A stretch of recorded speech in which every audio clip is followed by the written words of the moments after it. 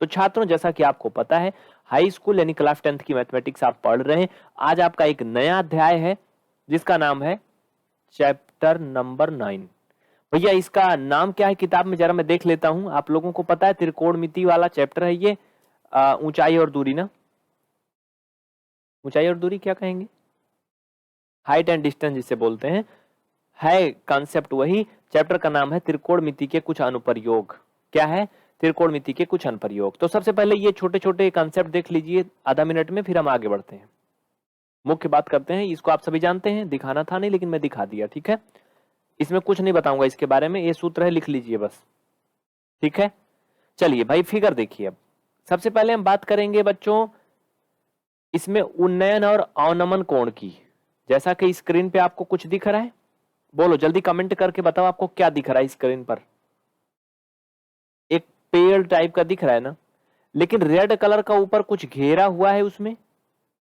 बोलो जो पेड़ है उसमें रेड कलर का कुछ घेरा दिख रहा है तुम्हें कि नहीं दिख रहा है ना? ऐसा दिख रहा है कि उस पर कोई बैठा है। देखो बेटा आप समझना, अगर इस तरह से कहीं तुम्हें दृश्य दिखे, तो मान लो कि ये पेड़ है, हम मानते हैं यहाँ क्या है, यहाँ पेड़ है, और यहाँ पर हम खड़े हैं। भाई पेड़ नहीं है, मतलब ये पेड़ की चोटी है जो रेड कलर में वो घेरा है, स्क्रीन पे तुम्हें दिख रहा है ना वैसे। और हम लोग कहाँ रहेंगे? हम लोग भाई जमीन पे ही तो खड़े रहेंगे, आसमान में तो उड़ेंगे नहीं। ये क्या है? जमीन है, ये जमीन है, हाँ ये जमीन है। और मान लो कि हमारी ऊंचाई इतनी बड़ी है, हाँ बाकी और बड़े हैं हम, ऐसी नहीं है मान लो। तो अगर हम इसको देखेंगे तो कैसे देखेंगे? भाई यहाँ खड़े हैं, अगर हमें आसमान में कुछ देखना तो हम ऐसे देखते ना, अरे वाह जहाज जाती है, मोदी बैठा है ना, समझ रहे हो, मोदी जी बैठे हैं जा रहे हैं ना। तो कैसे देखते हैं हम लोग? ऊपर ऐसे देखते हैं ना। तो जो हम लोग देखते हैं जहाज को या कोई भी चीज को, मान लो हम जमीन पे खड़े होकर पेड़ की चोटी पर यानी पेड़ की पुलुई पर बैठे इस आदमी को देख रहे हैं, जो आप देख रहे हो ना, बाबा जी हैं एक, इनके बारे में बाद में बताएंगे। तो जो हमारी आंख से ऐसे कोण बनता है ना उस पेड़ की चोटी से, या फिर हमारी आंख से जो जहाज से कोण बनता है आसमान में उड़ते हुए प्लेन से, या फिर भाई आसमान में चील उड़ रही है, हम कहीं जा रहे हैं मैदान में खेल रहे हैं, देखने लगे अरे वाह बहुत ऊपर उड़ रही, तो हमारी आंख से जो कोण बन रहा है वो क्या है? वो है उन्नयन कोण। क्या है बेटा? वो क्या है? उन्नयन कोण। मतलब समझ पाए कि नहीं तुम? उन्नयन कोण, उन्नयन। हाँ इसकी हिंदी बड़ी कठिन है, अभी लिख के दिखा देता हूं इसे, इंग्लिश में ज्यादा बेहतर समझ में आएगा। देखिए इंग्लिश वाला समझ में आ रहा ना आपको? इसे क्या बोलते हैं? एंगल ऑफ इलोवेशन, यानी उन्नयन कोण। देखो बेटा समझना, समझ गए कि नहीं बताओ, अगर कोई डाउट है तो बताओ। यानी हम जमीन से अगर आसमान में या छत पे या कुछ भी चीज को देखते हैं तो ये क्या है? उन्नयन कोण, एंगल ऑफ एलिवेशन। इसकी परिभाषा कैसे लिखेंगे अगर कहीं आ गया? भाई सिंपल सी बात है, लिख दीजिए।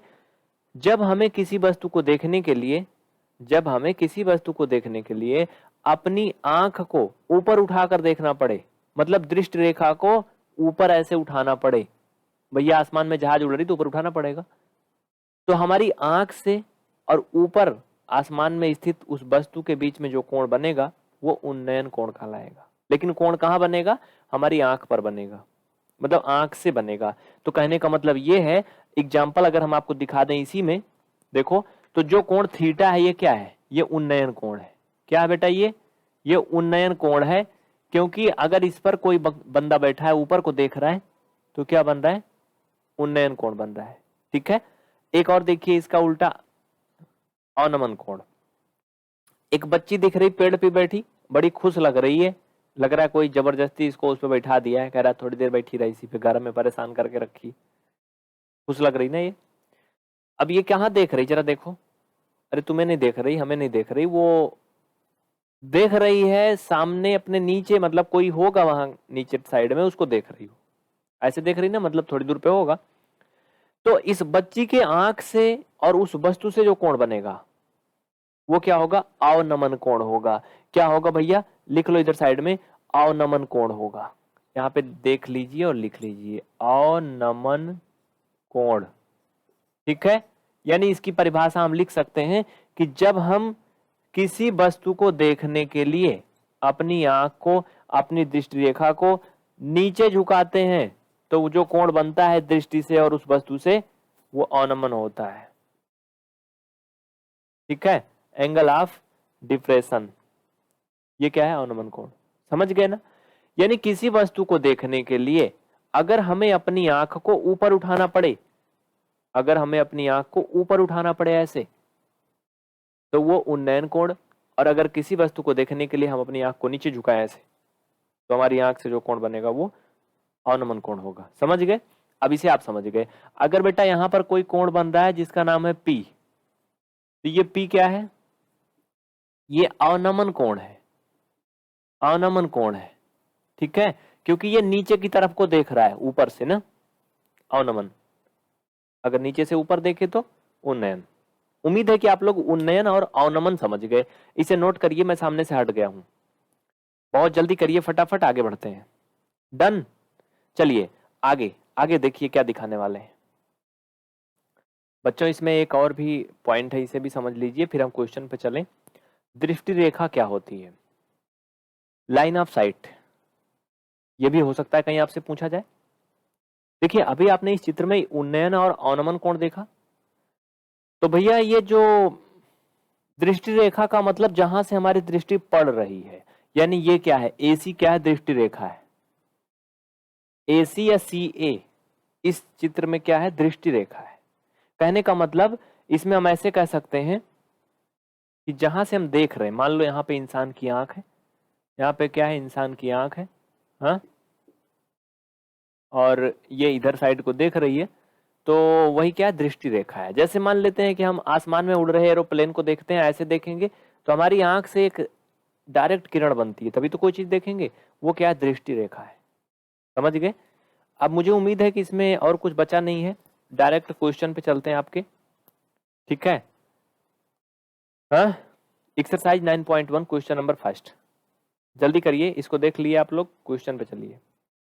क्वेश्चन नंबर पहला आपके सामने स्क्रीन पर देखिए, ध्यान दीजिए, क्वेश्चन पढ़िए ध्यान से, क्या कह रहा है क्वेश्चन में, देखिए। एक्सरसाइज 9.1 कक्षा 10 की एनसीईआरटी गणित है बेटा, और पेज नंबर 225 आपके बुक में दिया होगा, आप अगर किताब लिए देख लीजिए।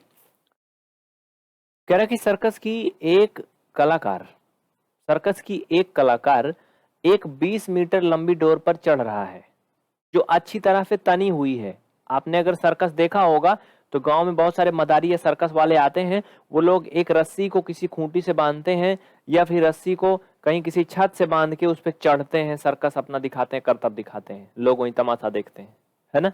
ऐसे ही कुछ कह रहा है।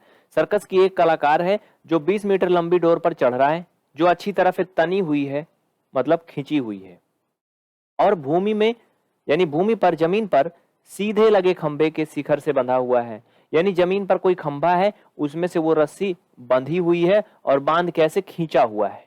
मतलब समझ रहे हो, जैसे कोई खंभा जमीन पर, खंभे के ऊपर रस्सी बांध दिया, रस्सी बांध के जमीन पर खड़ा होकर सर्कस वाला ऐसे खींचा है, और खींचने के बाद जो बन रहा है कोण, उसे उस पर क्या कर रहा है, चढ़ रहा है रस्सी पे। ठीक है। यदि भूमि स्तर के साथ डोर द्वारा बनाया गया कोण 30 अंश है तो खंभे की ऊंचाई ज्ञात कीजिए। मान लेते हैं ये क्या है, पोल है, ये खंभा है, ए बी को हमने क्या मान लिया, खंभा है। कुछ लोग बने बनाए चित्र में कम समझ पा रहे होंगे, तो आइए मैं उन्हें बना के दिखा देता हूं, इसको बनाते कैसे हैं। देखो बेटा, समझो समझो थोड़ा सा। ये चित्र क्वेश्चन दिखाना जरूरी नहीं है, बीच बीच में दिखा दूंगा। आओ देखो, मान लेते हैं कोई एक खंभा है, खंभा मतलब एक पोल है जिस पर रस्सी ऊपर साइड में बंधी है। ये मान लेते हैं एक खंभा है, भाई खंभा है या लाठी है कुछ भी मान लो, इसके ऊपर यहाँ पे क्या है, रस्सी बंधी है, और बांध करके वो बेटा बंदा कहाँ, यहाँ कहीं खींच के खड़ा है। क्या कर रहा है, खींच के खड़ा है रस्सी को, जो सर्कस वाला है, मतलब मदारी जो है। ठीक है, आगे देखना कहानी में क्या कहता है, जरा ध्यान देना। क्वेश्चन फिर से दिखाऊं तो आपको क्लियर हो जाए, मुझे पूरा उम्मीद है। देखो, कह रहा यदि ऊपर बंधी मैंने बता दिया, कह रहा यदि भूमि स्तर के साथ डोर द्वारा बनाया गया कोण 30 अंश का है। भूमि स्तर के साथ यानी जो जमीन है उसके साथ डोर द्वारा जो कोण बन रहा है वो कितने का बन रहा है बेटा, 30 अंश का बन रहा है। तो भाई जमीन तो ऐसे है, यही है ना, तो इसको खींच देते हैं ऐसे, ये क्या जमीन है, इसके साथ जो एंगल बन रहा है वो 30 का बन रहा है। क्या कह रहा है, 30 डिग्री का है। यही तो कह रहा है ना, और कुछ तो नहीं कह रहा था ना, फिर क्या पूछ रहा है। देखो एक बार, कह रहा खंबे की ऊंचाई ज्ञात कीजिए। खंबे की ऊंचाई ज्ञात कीजिए। स्क्रीन पे देखिए, अपनी किताब में देखिए, यही दिया है ना। यानी हमें ये निकालना है हाइट ऑफ द पोल, हमें ये निकालना है ना। हमें 30 अंश ये दिया है। इसमें कोई और कुछ दिया है क्या? नहीं दिया है। लेकिन कह रहा है जो डोर है वो 20 मीटर है। कितना है? 20 मीटर है। यानी हमें ये भी दिया है। इसका नाम लिख दीजिए ABC, कुछ भी आप लिख सकते हो अपने अकॉर्डिंग। ये इतना हमें दिया है, ठीक है। हम इसका करेंगे सोल्यूशन। यहां पे लिखेंगे बेटा हल, लिखो दिया है। इंग्लिश वाले लिखेंगे गिवन। क्या क्या गिवन है बाबू यहां पर? देखो इसमें गिवन है AC जो कि 20 मीटर है और एंगल C इक्वल 30 डिग्री है, ये भी दिया है। और AB की ऊंचाई क्या है? H है, ये भी हमें दिया है। उसमें दिख रहा है कि AB क्या है? H है। ये लगभग हमें दिया है। इसमें अगर हम देखें और कोण किस पे बन रहा है बेटा? C पर बन रहा है, तो इसके सामने की भुजा लंब है और ये क्या है? कर्ण है। आधार तो हमें दिया नहीं है, यानी हमें दिया है लंब और क्या दिया बेटा? कर्ण दिया है। और त्रिकोणमितीय अनुपात में अभी इसलिए मैंने स्टार्टिंग में दिखाया था, शुरू में दिखाया था ना, याद करो, साइन कॉस थैन ये सब दिखाया था। साइन थीटा होता है लंब बटा कर्ण ना, होता ना बेटा? होता ना बाबू? तो यहाँ पे हम क्या लगाएंगे? हम लिखेंगे साइन थीटा बराबर क्या? लंब बटे कर्ण। साइन थीटा हम क्यों लगा रहे हैं? क्योंकि हमें यहाँ पर लंब बटे कर्ण दिया है। लंब AB है, कर्ण AC है। इनके सारे मान रख दीजिए। साइन थीटा, थीटा की जगह पर बेटा 30 अंश का कोण बन रहा है, वहां पर देखो तो 30 अंश बन रहा है, तो हम थीटा पर 30 रख देंगे, ठीक है। बराबर AB, AB H है और AC 20 है। ये दिया है हमें, सारे मान रखिए। साइन 30 अंश का मान 1/2 होता है। देखो बाबू तुम्हें याद रहना चाहिए ये H अपान 20। इस तरह से इनको आप क्रॉस मल्टीपल कर लो। क्रॉस मल्टीपल में तुम्हें कोई दिक्कत नहीं होना चाहिए। तो ये 2H इक्वल 20, यहां से H इक्वल निकालोगे बाबू भैया तो 20 अपान 2 यानी बराबर 10 मीटर। समझ गए ना? यानी कितना आ गया? इस जो पोल की ऊंचाई है कितनी आ गई बाबू? 10 मीटर। समझ में आया? क्वेश्चन नंबर पहला कंप्लीट हो गया। बहुत आसान है ना, वेरी सिंपल सा है। लिख लीजिए। अगर किसी को कोई डाउट है तो बताइए, जल्दी करिए। अगर अभी तक आपने PVR स्टडी इलाहाबाद चैनल को सब्सक्राइब नहीं किया तो तुरंत कर लें और बेल आइकन प्रेस करना ना भूलें। अगला क्वेश्चन देखेंगे, जाना नहीं अभी। चलिए जल्दी करिए फटाफट, और क्लास को लाइक करना नहीं भूलना। चलो नेक्स्ट क्वेश्चन दिखाओ भाई, स्क्रीनशॉट ले लो जल्दी से। डन, आगे बढ़े। दूसरा क्वेश्चन आपके सामने स्क्रीन पर है, जरा ध्यान दीजिए। क्या कह रहा है?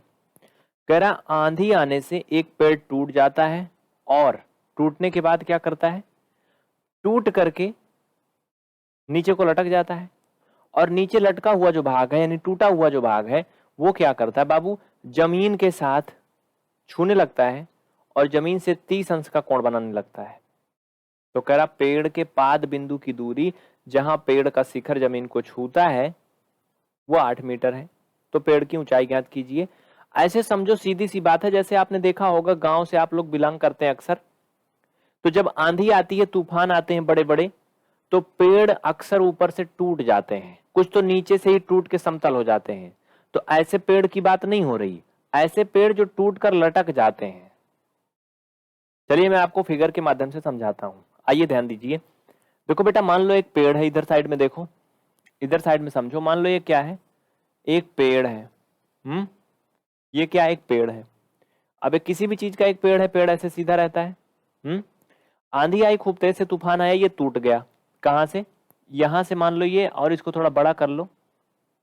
अब मान लो कि ये पेड़ यहां से टूट गया, समझना, पूरा नीचे से नहीं टूटा, आधे पर से टूटा। अक्सर ऐसे पेड़ टूट जाते हैं जब ज्यादा बड़े होते हैं आंधी तूफान में, आप जानते हो ना। और टूट करके क्या हुआ बेटा? ये लटक गया। भाई लटकेगा तो जमीन पे ही जाएगा, कहीं आसमान में तो जाएगा नहीं। आप कहोगे गुरुजी ये ऊपर भी खड़ा है नीचे भी लटक गया, ऐसे कैसे? ये मैं तुम्हें दिखाने के लिए बता रहा हूं, ठीक है। ये टूट के क्या हुआ? यहाँ पे आकर के लटक गया। एक्चुअली में ये रियल में अब यहाँ नहीं बचा है, ये तुम्हें डाट डाट में मैं दिखा दे रहा हूं समझने के लिए कि ये पहले ऐसे था, यानी पहले ऐसे पेड़ था, वो टूट के क्या हुआ? नीचे लटक गया। अब तुम कहोगे ये काहे मिला दिए, इसका क्या कनेक्शन है, ये कुछ नहीं है, ठीक है, इसमें अत्ती पत्ती होगी अपना जो भी है। ऐसे क्या हुआ है, टूट के लटक गया, ठीक। फिर क्वेश्चन में क्या कह रहा पहले वो भी तो देखो, भाई हट जा यार, पेड़ पे काहे बैठी है, उतर जा। क्वेश्चन में देखो, कह रहा है कि जो टूटा हुआ भाग है इस तरह से मुड़ जाता है कि पेड़ का शिखर जमीन को छूने लगता है। वो टूटा हुआ भाग जमीन पर आकर के जमीन को टच करता है। पेड़ का जो शिखर था, पहले जो चोटी थी, वो जमीन को छूने लगता है और इसके साथ में 30 अंश का कोण बनाने लगता है। तो पहले पेड़ की चोटी यही तो थी जो ऊपर खड़ी थी ना, अब यहाँ से 30 अंश का कोण बना रहा है। किधर से बना रहा है बेटा, इधर से बना रहा है। जमीन ये है, इसको मैं बराबर कर ले रहा हूँ जिससे तुम्हें दिखाई पड़े।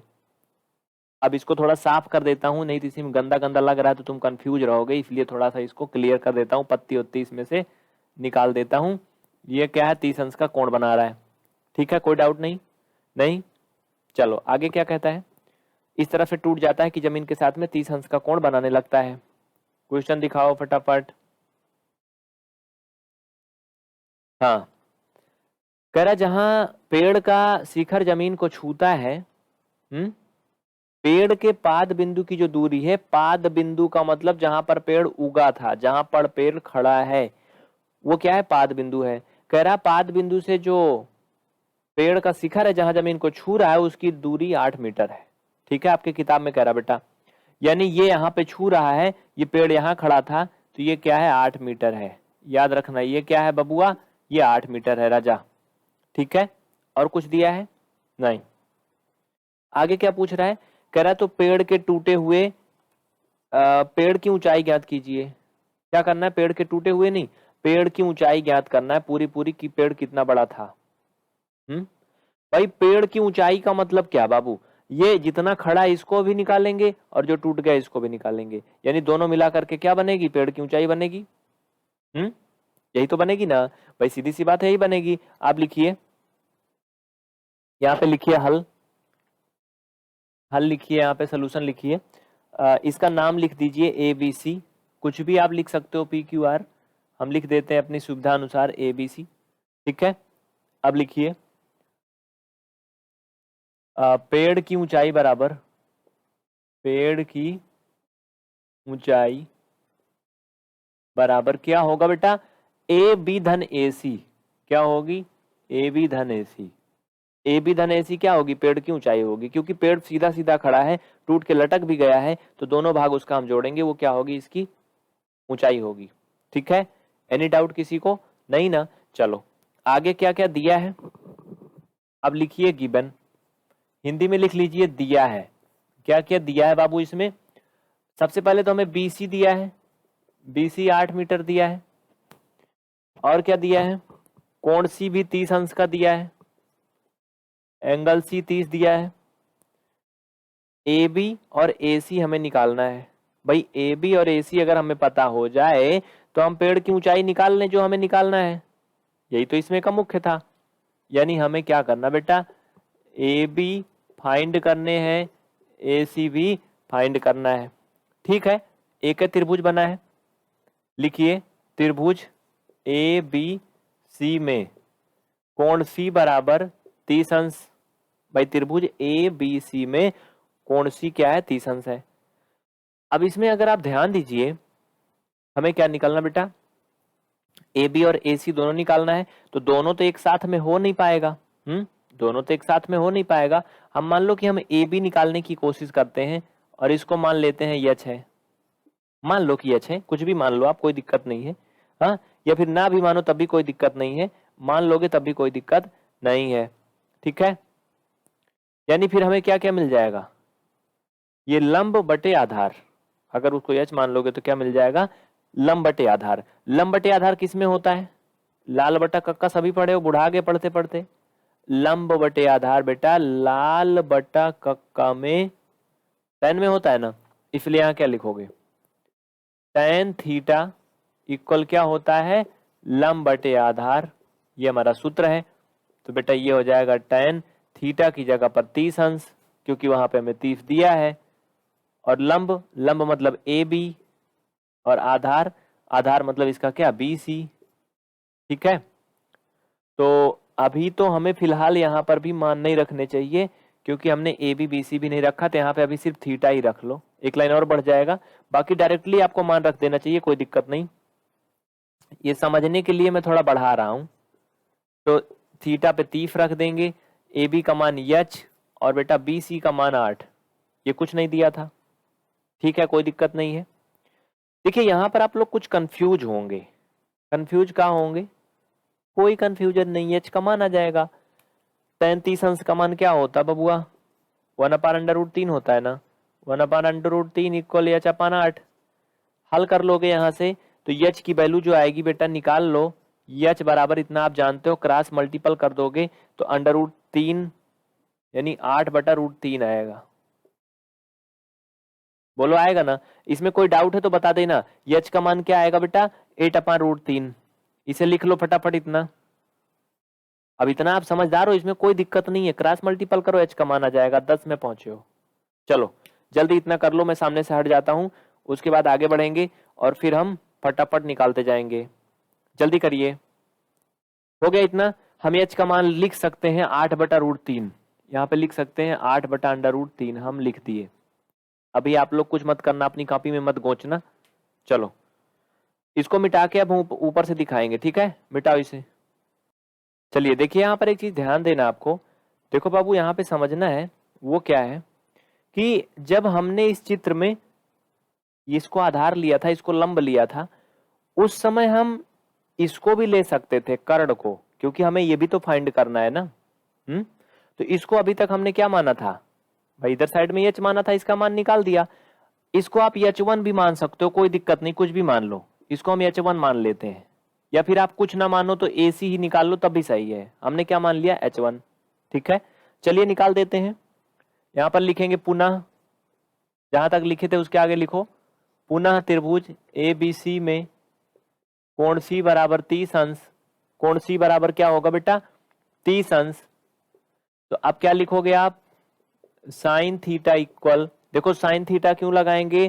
क्योंकि अब की बार हम लंब और कर्ण लेने जा रहे हैं, क्योंकि हमें ए बी मिल गया, अब हमें ए सी निकालना है। तो ए सी निकालने के लिए हम इसको अरझाएंगे क्वेश्चन में, तभी तो आएगा ना, यानी हमें कर्ण भी चाहिए। तो लंब बटे कर्ण साइन में होता है, तो साइन थीटा बराबर क्या? लंब बटे कर्ण। लंब मतलब परपेंडिकुलर, परपेंडिकुलर अपान हाइपोटेनियस, है ना? तो बेटा ये क्या? परपेंडिकुलर अपान हाइपोटेनियस। तो साइन एंगल है 30 का, और लंब कितना है जो सामने दिया है, यानी ए बी। ए बी अगर हम बात करें तो इसका मान हमें ऑलरेडी मिल चुका है 8/√3, तो हम इसको ऐसे रख देंगे अपान कर्ण। कर्ण यानी H1 हमें नहीं पता है। साइन 30 अंश का मान आप सबको पता है बेटा, सबको पता है कि साइन 30 का मान 1/2 होता है, इक्वल। देखो ये फ्रैक्शन के फॉर्म में है, H1 जो है वो क्या है? फ्रैक्शन फॉर्म में नहीं है, ठीक है। तो इसके नीचे हम 1 लिख सकते हैं, 1 लिख सकते हैं। ये हल करना आपको आता है, बाहर का बाहर अंदर का अंदर ऐसे गुणा करते हैं ना। तो बेटा इसका मल्टीपल होगा 8 हो जाएगा, नीचे इसका होगा तो √3 H1, यानी H1 इंटू √3। यहां से हमें सिर्फ H1 फाइंड करना है। क्या करना है? H1 फाइंड करना है। तो निकाल लो, कोई दिक्कत नहीं बेटा, इनका क्रॉस मल्टीपल हो जाएगा। आप कह सकते हो कि H1 इंटू √3 बराबर ये 16 हो जाएगा। H1 निकाल लो तो क्या हो जाएगा? H1 बराबर भाई 16/√3 हो जाएगा। H1 बराबर क्या हो जाएगा? 16/√3। इसमें किसी को कोई डाउट है? नहीं ना? यानी हमें क्या मिल गया? H1 भी मिल गया। क्या मिल गया? 16/√3। लिख लो इसको भी, 16/√3। हमें निकालना क्या था? पेड़ की ऊंचाई निकालना था। यानी अगर हम ध्यान से देखें तो हमें ए बी और ए सी दोनों मिल गया है। शुरू शुरू में हमने लिखा था, ऊपर देखो, पेड़ की ऊंचाई ए बी धन ए सी लिखा था ना, और हमें पेड़ की ऊंचाई ही ज्ञात करनी है। इसको मिटा दीजिए, हाँ जल्दी करिए, उसके बाद मिटा के डायरेक्टली ए बी और ए सी का मान रख दो, आंसर आपके सामने। आगे बढ़े, चलो जल्दी आ जाओ फटाफट। देखिए बच्चों, अगर आप इसे नहीं लिखे थे तो वीडियो को थोड़ा बैक करके फिर से लिख लीजिए, हाँ अच्छा रहेगा। चलिए अब हम क्या करेंगे, अपना फाइनल आंसर यहां पर लिखने जा रहे हैं, पेड़ की ऊंचाई बराबर। ध्यान देना बेटा, ध्यान देना। ए बी का मान वहां पर आया, तुम्हें दिख ही रहा है 8/√3। धन AC 16/√3, दोनों को जोड़ देंगे। जोड़ना तुम्हें बहुत अच्छे से आता है। अगर हर बराबर है तो अंश अंश बड़े प्यार से जुड़ जाता है। हाँ, तो ये 16 8 24/√3। कभी भी आंसर अंडर रूट में नहीं लिखते हर में। फिर इसमें क्या करेंगे हम, इसमें हम इसका हर का परमेयीकरण कर देंगे। अंडर रूट 3 से ऊपर नीचे गुणा हो जाएगा, तो बेटा ये हो जाएगा 24 अंडर रूट 3/3। हाँ ठीक है, 3 से कट जाएगा, यानी फाइनल में 8 इंटू अंडर रूट 3। ये क्या हो गया आंसर। अब लिख देंगे क्या, फाइनल हो गया आंसर। अतः पेड़ की ऊंचाई बराबर 8 इंटू अंडर रूट 3। किसी को कोई डाउट है तो बताओ। Any doubt? नहीं, कोई डाउट नहीं। जल्दी करिए, जल्दी करेंगे, जल्दबाजी नहीं। अगर अभी तक आपने PVR स्टडी को सब्सक्राइब नहीं किया बाबू तो फटाफट कर लीजिए। और हाँ, क्लास को लाइक करना ना भूलना यार प्लीज। हाँ चलो आगे बढ़ते हैं, नेक्स्ट क्वेश्चन। लेकिन इतना जरूर करना, बोलना नहीं तो पढ़ नहीं पाओगे। यूट्यूब पे बिल्कुल फ्री पढ़ाते हैं पूरा कोर्स, बहुत जल्दी करें।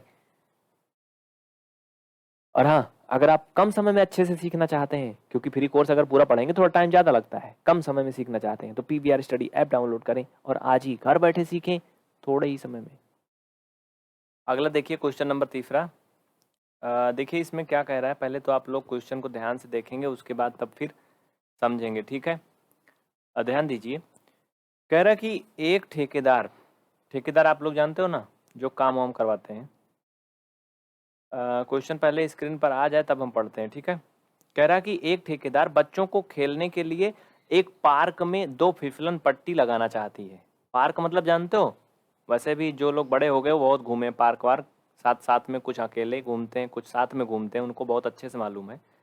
लेकिन यहाँ पर बात हो रही बच्चों की। क्या लगाना चाहती है, फिसलन पट्टी। और 5 वर्ष से कम उम्र के बच्चों के लिए वो एक ऐसी फिसलन पट्टी लगाना चाहती है जिसका शिखर 1.5 मीटर की ऊंचाई पर हो। शिखर का मतलब उसकी मतलब टोटल ऊंचाई। एक प्रकार से शिखर की बात करें तो चोटी, यानी देसी भाषा में जेकब पुलुई बोला थे। अब सुने होगे ना, पेड़ पे पुलुइया बैठा है, सुने हो। यानी जो सबसे ऊपर, जैसे अब मान लेते हैं अगर हम अपने आप को लें तो हमारा जो शिखर है वो क्या है, ये खोपड़ी ऊपर, सबसे ऊपर, समझ रहे हो ना। तो कह रहा कि शिखर 1.5 मीटर की ऊंचाई पर हो और भूमि के साथ में 30 अंश का कोण बना रहा हो। पहले तो हम आपको फिसलन पट्टी दिखाएंगे। ये फिसलन पट्टी क्या है, कुछ लोग कंफ्यूजन में होंगे आखिर ये फिसलन पट्टी कौन से जानवर का नाम है। जो बच्चे हैं या बड़े हैं उनको भी नहीं मालूम होगा। ये देख लीजिए, होता नहीं बना होता जैसे ऊपर बच्चे बैठते हैं ऐसे फिसल के नीचे जाते हैं, फिर उस पर चढ़ते हैं, फिर फिसल के नीचे जाते हैं, इसी को क्या बोलते हैं, ये फिसलन पट्टी है। तो 2 तरह की फिसलन पट्टी बन रही है। एक तो वो बच्चे जो 5 साल से कम हैं वो इस पे मजे लेने वाले हैं, और एक जो 5 साल से बड़े हैं। तो दोनों के लिए यहाँ पर अलग अलग कंडीशन दी गई है। आइए उन कंडीशन को पढ़ते हैं और उसी अनुसार हम फिगर बनाते हैं और इस क्वेश्चन को हल करते हैं। एक बार हम प्रश्न को फिर से जल्दी से पढ़ेंगे, उसके बाद हम क्वेश्चन पे चलेंगे। अब दोबारा क्वेश्चन को नहीं पढ़ेंगे, ठीक है। एक ठेकेदार बच्चों को खेलने के लिए एक पार्क में 2 फिसलन पट्टी लगाना चाहती है। फिसलन पट्टी क्या है मैंने आपको दिखा दिया। कह रहा कि 5 वर्ष से कम उम्र के बच्चों के लिए वो एक ऐसी फिसलन पट्टी लगाना चाहती है जिसका शिखर 1.5 मीटर की ऊंचाई पर हो और भूमि के साथ में 30 डिग्री का एंगल बना रहा हो, यानी 30 अंश पर लटका हो। जबकि इससे अधिक उम्र के बच्चों के लिए वो 3 मीटर की ऊंचाई पर एक अधिक ढाल की 3 मीटर की ऊंचाई पर एक अधिक ढाल की फिसलन पट्टी लगाना चाहती है, जो भूमि के साथ में 60 अंश का कोण बनाएगा। देखिए, जितना ज्यादा कोण बढ़ता जाता है उतना ज्यादा ऐसे रेखा सीधी होती जाती है, समझ रहे हो ना। जैसे कहीं ऊंचान पे अगर चढ़ना है, अगर ऊंचान कम होगी तो कोण कम होगा। जैसे अगर मान लेते हैं ये समतल है, ऐसे समझ लो ये क्या हमारा हाथ क्या है, समतल है। अगर इस पे हम ऐसे चढ़ेंगे तो एंगल कम है, मान लो बहुत ज्यादा बन रहा होगा, 10 वस या 15 का बन रहा होगा, ऐसे करे तो 30 का बना, ऐसे कर दिए तो कितने का बन रहा है ये, मान लो 60 वाट का।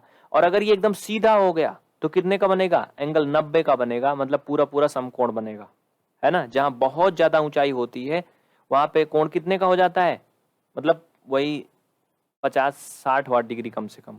और अगर 60-70 डिग्री का कोण बनेगा तो कोई साधारण इंसान या कोई प्रकार की गाड़ी या व्हीकल भी उस ऊंचाई पे नहीं चढ़ सकती, वो पीछे को फिसल के चली आएगी, समझ रहे हो ना। जैसे घरों में जो सीढ़ियां बनती हैं गांव में, देसी मतलब अगर बात करें तो देहात वाली बाकी तो शहरों में तो ऐसे ऐसे घुमा घुमा के बनती हैं, उनकी तो बात अलग है। लेकिन अगर किसी छत पे चढ़ने के लिए सीधी सीधी ऐसे सीढ़ी लगाई जाए तो वो लगभग 60 अंश के कोण पे बनती है।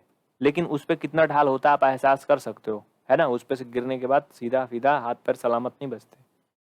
आगे फिलहाल क्वेश्चन पे बात करते हैं। चलिए पहले हम बनाते हैं फिगर। इसमें दो स्थिति बोल रहा, दोनों हम बनाएंगे। एक कह रहा 1.5 मीटर की ऊंचाई पर है, एक 3 मीटर की ऊंचाई पर है, तो दोनों को हम एक में बना देंगे। एक में ही दोनों को बना देंगे क्योंकि हमें दिखाना है आपको। आइए इधर साइड में चित्र बनाते हैं। ये मान लेते हैं क्या है, ये 3 मीटर वाली फिसलन पट्टी है भैया।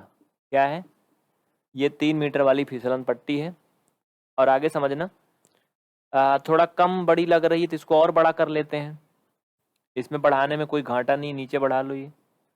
हाँ, लो बढ़ा लो, अंजाद के ही मिलाया जाता है, इसमें कोई कंफर्म नहीं कि 3 मीटर है। ठीक है, फिगर ऐसे अंजाद के बनाया जाता है। तो जो 3 मीटर वाली है कह रहा है वो कितने का कोण बना रही भाई, 3 मीटर वाली जो है वो कोण कितने का बना रही, वो 60 अंश का बना रही। और जो 1.5 मीटर वाली कितने का बना रही, वो 30 का बना रही। तो सीधी सी बात है, खींच लो। 3 मीटर वाली कितने का बना रही, 60 का बना रही। और दूसरी वाली कितने का बना रही, 30 का बना रही। जल्दी खींचो फटाफट, इतना ऐसे। फिगर आपके सामने पूरा पूरा कंप्लीट हो चुका है। किसी को कंफ्यूजन ना हो, थोड़ा टाइम जल्दी क्वेश्चन हो जाए, इसलिए मैंने बना दिया, आपको दिखाया नहीं, है ना। बस यही बात बोला था, मैंने बना दिया। अब क्या करेंगे, कोई भी क्वेश्चन हल करने के पहले बेटा इसमें लिखते हैं दिया है। जो जो दिया होता है उसको लिखते हैं। आप लिखोगे गिवन, गिवन मीन्स दिया है। क्या क्या दिया है उसको मैं लिखूंगा, क्वेश्चन नंबर यहाँ पे डाल दीजिए जिनको ज़्यादा परेशानी है। हाँ, 9.1 10th, चलो ठीक है। इसमें अगर आप ध्यान दीजिए तो सबसे पहले तो हमें बी डी दिया है 1.5। पहले हम एक एक फिगर में चलेंगे, पहले हम इस छोटके वाले त्रिभुज में चलेंगे और फिर बड़के वाले त्रिभुज में। तो लिख लो बेटा, पहला स्थिति भाई कह रहा था कि जो 5 वर्ष से कम बच्चे हैं उनके लिए जो फिसलन पट्टी है वो 1.5 मीटर वाली है। और जो हम लोग जैसे बुढ़ा गए ना उनके लिए 3 मीटर वाली है। तो आओ चलो यहाँ पे लिखो केस नंबर फर्स्ट, हिंदी में लिख दीजिए स्थिति फर्स्ट। 5 वर्ष से, लिखिए 5 वर्ष से कम बच्चों के लिए फिसलन पट्टी की लंबाई, 5 वर्ष से कम बच्चों के लिए फिसलन पट्टी की लंबाई। ठीक है, अब लिख लेना यार, लिखना मुझे बड़ा गंदा लगता है, राइटिंग बनती नहीं है। फिसलन पट्टी की लंबाई ये हम निकाल रहे हैं। ठीक है, लिखिए इसमें क्या क्या दिया है। हो गया, ये स्थिति नंबर फर्स्ट हो गई। इसको लिखने के बाद इसमें थोड़ा मैंने जल्दी कर दिया, अब दिया है इसको नीचे लिखो। ठीक है, गिवन इसको नीचे लिखना, थोड़ा इसमें चेंज कर लो भाई, ये ऊपर लिखना था, ज्यादा अच्छा रहेगा, नहीं तो इसको भी दिया है में लिख देंगे तो मामला गड़बड़ हो जाएगा। चलो जो जो दिया लिख दो। बी डी दिया है 1.5 मीटर, एंगल सी दिया है यहाँ पर 30 डिग्री। क्या दिया बाबू, एंगल सी 30 डिग्री दिया है। और हमें सी डी निकालना है। सी डी क्या करना है, फाइंड करना है। अब अगर ध्यान दीजिए, हमें लंब दिया है और ये सी डी निकालना है, यानी कर्ण। लंब और कर्ण में हमें क्या करने हैं, आगे बात बढ़ानी है। तो चलो कर लें फटाफट, इसमें कोई दिक्कत नहीं है। ऐसी स्थिति में हम लोग क्या करेंगे, ऐसी स्थिति में हम लोग क्या करेंगे भाई, सिंपल सी बात है, साइन लगाएंगे। तो लिखो साइन थीटा बराबर लंब बटे कर्ण, और हमें इसमें लंब और कर्ण दिया भी है बी डी अपान सी डी। तो थीटा का मान रख दो बेटा 30, बी डी 1.5 दिया है, सी डी कुछ नहीं दिया, हमें निकालना है। सारे मान रखते जाओ फटाफट, फटाफट रखते जाओ। तो बेटा ये 1/2 होता साइन 30 का मान, 1.5 अपान सी डी, क्रॉस मल्टीपल करोगे तो सी डी बराबर 3 मीटर आएगा। क्या आएगा बाबू, 3 मीटर आएगा। ठीक है, यानी पहली स्थिति में जो फिसलन पट्टी बनानी पड़ेगी ठेकेदार को वो 3 मीटर की बनानी पड़ेगी। कितने मीटर की, 3 मीटर की। चलिए स्थिति नंबर सेकंड में आगे बढ़ते हैं। इसको लिख लीजिए, स्क्रीनशॉट ले लीजिए, वीडियो को रोक करके बहुत जल्दी करिए। आगे बढ़े, ऊपर लिखिए स्थिति नंबर सेकंड, जल्दी करिए। स्थिति नंबर सेकंड देखिए। देखो बेटा, स्थिति नंबर सेकंड में क्या कहता है, उसमें भी जो भी दिया है जैसे भी वैसे ही लिख लेंगे। स्थिति नंबर सेकंड के लिए बेटा पूरा पूरा लेंगे त्रिभुज ABC में, तो AB 3 मीटर दिया है और इसके लिए एंगल हम C वाला ये लेंगे, सॉरी 60 अंश वाला, क्योंकि जो बड़े बच्चे हैं उनके लिए 60 अंश का कोण बनाने को बोल रहा था, है ना।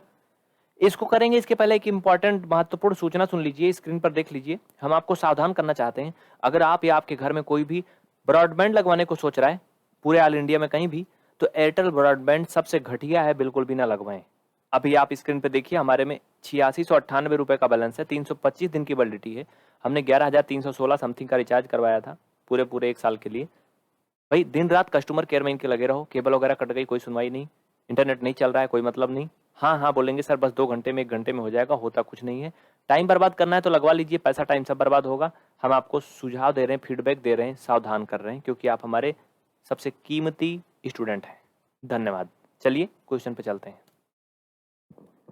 क्या कह रहा था ये भाई, इसमें जो दिया निकाल लेने हैं बस, और करना क्या है, हमें इसी फिसलन पट्टी की लंबाई तो निकालनी है। चलिए देखते हैं, लिखिए त्रिभुज ABC में कोण C बराबर 60 अंश, ठीक है।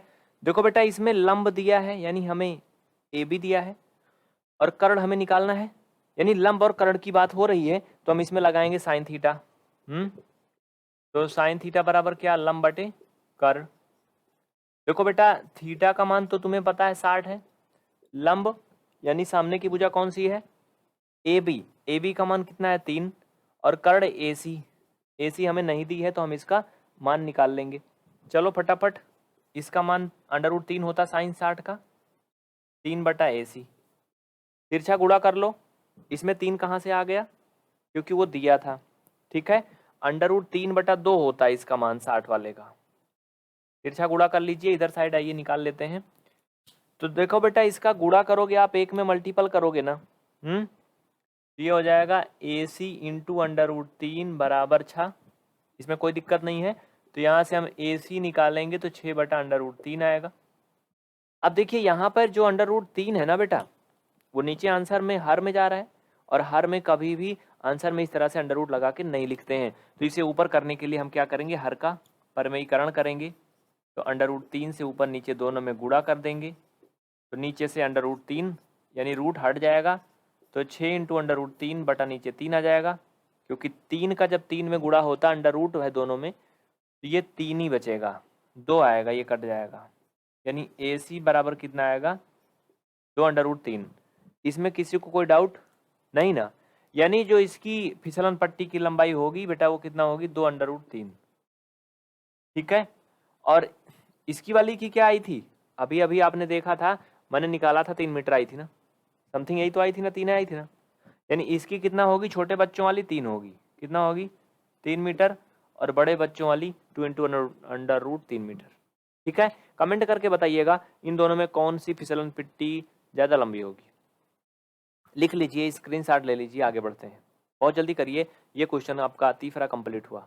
चौथे क्वेश्चन की तरफ आगे बढ़ते हैं। चौथा, पांचवा, छठवां, सातवां ये आपका होमवर्क है, क्योंकि बहुत छोटा छोटा है ये, कुछ इसमें ज्यादा है नहीं, तो आप इसे कर लेना। 8वां नंबर प्रश्न आज हम करवाएंगे, 8, 9 और उसके बाद 10, ठीक है, 11, 14, 15, 16 इतना करवाएंगे। क्वेश्चन नंबर 8वां स्क्रीन पे देखिए ध्यान से, या फिर आपकी किताब में पेज नंबर 226 पर है। कह रहा है कि एक पेडेस्टल के शिखर पर 1.6 मीटर ऊंची मूर्ति लगी है। तो देखो बाबू, पेडेस्टल क्या है, एक प्रकार से एक कोई चबूतरा है, स्तंभ है, या फिर मेज है मान लो, हाँ कुछ है, कोई ऐसा प्लेस ऊंचा सा बनाया गया है जिसके ऊपर मूर्ति लगी है। आपने अक्सर देखा होगा बहुत जगह मूर्ति लगाई जाती है, कहीं मूर्ति लगी हो, चाहे वो महाराणा प्रताप जी की हो, या सरदार भगत सिंह की हो, सरदार वल्लभ भाई पटेल जी की हो, तो मूर्ति जमीन पे तो लगती नहीं है, मूर्ति जहाँ लगाई जाती है, कोई बनाया जाता है कुछ उसके ऊपर लगती है। तो जिस पे मूर्ति रखी जाती है उसे पेडेस्टल माना जाता है, ठीक है। कह रहा है कि पेडेस्टल के शिखर पर 1.6 मीटर ऊंची मूर्ति लगी है। तो भैया पहले तो हम पेडेस्टल बनाएंगे, तो पेडेस्टल के ऊपर ही मूर्ति बनेगी ना, यहाँ ठीक है। तो हम मान लेते हैं कि ये क्या है, ये एक पेडेस्टल है, इसे मान लीजिए चौड़ा सा है, ये हम ज्यादा इसे नहीं दिखा रहे हैं लंबा चौड़ा करके, ये मान लो क्या है, पेडेस्टल है। इसके ऊपर एक मूर्ति लगी है बेटा, क्या लगी, इसके ऊपर एक मूर्ति लगी है, और मूर्ति कह रहा है कि 1.6 मीटर की है। समझना आगे क्या कहानी है। मूर्ति क्या है, 1.6 मीटर की है। आगे देखना, कह रहा कि भूमि के एक बिंदु से मूर्ति के शिखर का जो उन्नयन कोण है वो 60 है। भूमि का एक कोई बिंदु है, भाई बिंदु जमीन तो यही है, क्योंकि पेडस्टल यहीं से मतलब शुरू हुआ है, तो कुछ भी है तो जमीन पे ही स्थित है, ये हवा में तो है नहीं। तो कह रहा जमीन के किसी बिंदु से जो इसका उन्नयन कोण है कितना है, 60 है। तो देखो बेटा, हम मान लेते हैं कि जमीन का वो बिंदु यहाँ है और ये मूर्ति का शिखर ऊपर है, याद रखना। हाँ, ये कितना है, 60 अंश का है। कितने का है, 60 अंश का है। अभी यही बात खत्म नहीं होती, और भी कुछ कह रहा है। कह रहा उसी बिंदु से पेडेस्टल के शिखर का जो उन्नयन कोण है वो 45 है। भाई पेडेस्टल का शिखर ये है, मूर्ति का शिखर ये है, तो ये कितना है, 45 है। समझते चलना, ये कितना बाबू, 45 है, ये 60 है। आगे क्या कह रहा है, कह रहा है तो पेडेस्टल की ऊंचाई ज्ञात कीजिए। इसका मतलब है बचवा, हमें ये निकालना है बबुआ, हमें ये निकालना है। और ये कोई बिंदु का दूरी उरी दिया है, कुछ ना दिया है, कुछ नहीं दिया है। हम इसे कुछ भी मान सकते हैं। क्या मान ले हम लोग, यच मान लो, हाँ कुछ भी मान लो, दूरी को कुछ भी मान लो। चलो ठीक है, अब फिलहाल इनकी नंबरिंग कर लेते हैं, इनके नाम लिख लेते हैं। मान लो कि ये हैं ए बी सी, हाँ, और ये जहां पर पेडेस्टल आके यहाँ पे कर रहा है, यहाँ पे डी है। ठीक है, चलो देखो इसमें क्या क्या दिया है। अगर आप ध्यान दीजिए तो इसमें लंब और आधार दिया है। क्या दिया बाबू, लंब और आधार दिया है। यही दिया है ना। चलो मैं बताता हूं, लिखिए यहां पर दिया है, यहां पर लिखिए हल, लिखिए दिया है। इंग्लिश वाले लिखेंगे गिवन। क्या क्या गिवन है बेटा, इसमें अगर देखो तो एंगल सी एक जगह दिया है, एक एंगल का दिया है, सी दोनों जगह दिया है, और तो मुझे नहीं लग रहा कुछ ज्यादा दिया है। हाँ, शिखर का जो मूर्ति का ऊंचाई है, मूर्ति दी है 1.6। इसमें हमें जो भी दिया है मोटा मोटा वो एक ही चीज दिख रहा है, कोण दिया है और मूर्ति की ऊंचाई दी है। हाँ, तो दिया है में हम लिख सकते हैं कि हमें ए डी दिया है, 1.6 मीटर दिया है बाबू, और इसमें हमें एंगल सी दिया है, एंगल सी बराबर 45 व 60 डिग्री। दो कंडीशन में अलग अलग एंगल सी जो है वो 45 और 60 दिया है, लेकिन इससे कोई मतलब नहीं है अभी। ठीक है, आइए सबसे पहले हम छोटे त्रिभुज में लेंगे, त्रिभुज डी सी बी में या फिर बी सी डी में। हाँ, तो लिखो त्रिभुज बी सी डी में, यहाँ पे लिखिए त्रिभुज बी सी डी में। देखो बेटा, बी सी डी मतलब नीचे वाला त्रिभुज बी सी डी, इसमें लिखो एंगल सी बराबर 45 डिग्री, हाँ, और बी डी बराबर यच, चूंकि हमने माना था, और बी सी बराबर हमें निकालना है। देखो बच्चा समझो, अगर इसमें हमें बी डी दिया है, अगर कोण यहां बन रहा है सी पर, तो सामने का भुजा लंब हो गया। बी डी दिया है, यानी हमें आधार क्या करना है, निकालना है। तो बेटा लंब और आधार किस में होता है, tan में होता है। तो सीधी सी बात है, इतना यहाँ करने के बाद हम यहाँ लिखेंगे, क्या लिखेंगे, tan थीटा बराबर लंब बटे आधार। तो लंब क्या है, हाँ? सामने का भुजा लंब है, लंब यानी बी डी, आधार यानी सी बी या फिर बी सी। ठीक है, इसमें कोई दिक्कत नहीं। चलो थीटा का मान रख दो, tan थीटा का मान कितना बेटा, 45 डिग्री है, इक्वल बी डी एच है, और ये कितना है, बी सी, इसको निकालना है। tan 45 का मान 1 होता है, सबको पता है, इक्वल एच अपान बी सी। यानी हम कह सकते हैं यहाँ से क्रॉस मल्टीपल जब करेंगे तो तुम सबको पता है बी सी बराबर कितना आ जाएगा, एच आ जाएगा। हम कह सकते हैं कि बी सी बराबर कितना आ गया, एच। यानी हम इसको ये भी कह सकते हैं कि ये बी सी और बी डी बराबर हो गई, बराबर हो गई ना। हमसे पूछा क्या था, पूछा था इसी एच का मान निकालना है, लेकिन यहाँ पे अभी कोई सोल्यूशन नहीं निकला। हमें बी सी का मान कितना आया, एच आया है। हम इसको ऐसे रहने देंगे, अब आगे बढ़ेंगे। ठीक है, अब पूरे बड़े वाले त्रिभुज में लेंगे, समझते चलना अब आगे कहानी क्या है, समझते चलो। ये इतना मैंने साइड कर दिया, ये हो गया पहली कंडीशन के लिए। ठीक है, चलो बेटा आगे देखो। अब त्रिभुज ए बी सी में, ए बी सी में कोण सी बराबर कितना है, 60 अंश है। देखो बेटा आप बड़े वाले को लेंगे, ठीक है। तो जब कोण सी 60 अंश लेंगे तो इसके सामने की भुजा क्या है, लंब है, नीचे क्या है, आधार है। अब ये 45 वाली लाइन से हमसे कोई मतलब नहीं रह गया ये। अब इसको लेंगे पूरा पूरा, समझ रहे हो ना ये। अब हमें सिर्फ इतने से मतलब है। अगर हम ABC में लेंगे तो हमारा फिगर कुछ इस तरह बनेगा। समझाने के लिए बता रहा हूं, मिटाना नहीं है आपको, ठीक है। ये समझ के चलेंगे। तो सामने की भुजा क्या है, लंब और आधार। इसमें लंब और आधार क्या है, वही है, ऐसे कुछ है ना। फिलहाल हम लिखते हैं क्या दिया है, ये इतना दिया है। और हाँ एक चीज और देखना बेटा, इसमें जो AB होगा वो 1.6 प्लस एच होगा, क्योंकि पूरा पूरा निकालेंगे ना। हाँ, तो पूरा पूरा निकालेंगे तो क्या होगा भाई, इसका जो लंबाई है वो 1.6 प्लस एच होगा। याद रखना, मैं अंदर में लिख दे रहा हूँ, जगह है इसलिए लिख दिया हूँ, ठीक है। इसको ऐसे मिला लो, इसको ऐसे बेईमानी ना करो, इसको हटाओ नहीं, मिला लो मिला लो मिला लो भाई, मिला लो मिला लो। हाँ, ये मैं मिटा दिया था वैसे ही समझाने के लिए। चलो ठीक है, डन। थोड़ा टेढ़ा हो गया, अब तो अड़बड़ हो गया, अब तो इसकी लंबाई बन जा रही है। आप समझते चलो, लिखो या ना लिखो, 1.6 और ये एच दोनों को जोड़ेंगे तभी तो पूरा पूरा निकलेगा। ठीक है चलो, ये दिया है। इसमें बेटा ए बी दिया है, ए बी क्या दिया है, 1.6 प्लस एच, ठीक है। और इसमें बी सी दिया है, बी सी एच दिया है। चलो इसमें कोई दिक्कत नहीं किसी को। ए डी 1.6 जो है समथिंग दिया ही है। चलो ठीक है, लंब बटे आधार, इसमें भी tan लगेगा, tan थीटा इक्वल लंब बटे आधार, लंब बटे आधार। तो बेटा tan थीटा का मान 60 अंश है। लंब का मतलब AB, AB का मतलब 1.6 प्लस एच, आधार का मतलब BC, BC का मतलब एच, ठीक है। देखो बाबू इसका मान क्या है, tan 60 का मान तुम सबको पता है, √3 होता है। क्या होता है, √3 होता है, इसका मान रख दो, इक्वल 1.6 प्लस एच अपान एच। क्रॉस मल्टीपल करेंगे तो √3h इक्वल 1.6 प्लस एच। अब समझना, इनको आपस में घटाएंगे, क्या करेंगे, सबट्रैक्ट करेंगे। थोड़ा सा समझना, तो ये हो जाएगा √3h minus H equal 1.6। H common लेंगे, √3 माइनस 1 इक्वल 1.6। समझते चलना। यहां से देखो बेटा, अब हमें क्या करना है, एच की वैल्यू फाइंड करना है। अगर हम एच निकालेंगे तो क्या होगा, ये इधर जाएगा, भाग में हो जाएगा फाइनल में। इसके बाद हम यहां हल करेंगे तो एच का मान हो जाएगा बेटा 1.6 अपान √3 माइनस 1, ठीक है। नीचे वर्गमूल में आंसर नहीं लिखते हैं, इसलिए इसमें क्या करेंगे, इसका जस्ट अपोजिट करके, चिन्ह का अपोजिट करके ऊपर नीचे गुणा कर देंगे, √3 प्लस 1 और नीचे √3 प्लस 1, ठीक है। समझ में आ रहा है ना। इसके आगे हल करेंगे। अब तुम सबको पता है क्या होने वाला है, मल्टीपल करो फटाफट फटाफट, जल्दी जल्दी कर डालो। सबको पता है इनका गुणा होगा तो इसमें कुछ होने वाला है नहीं।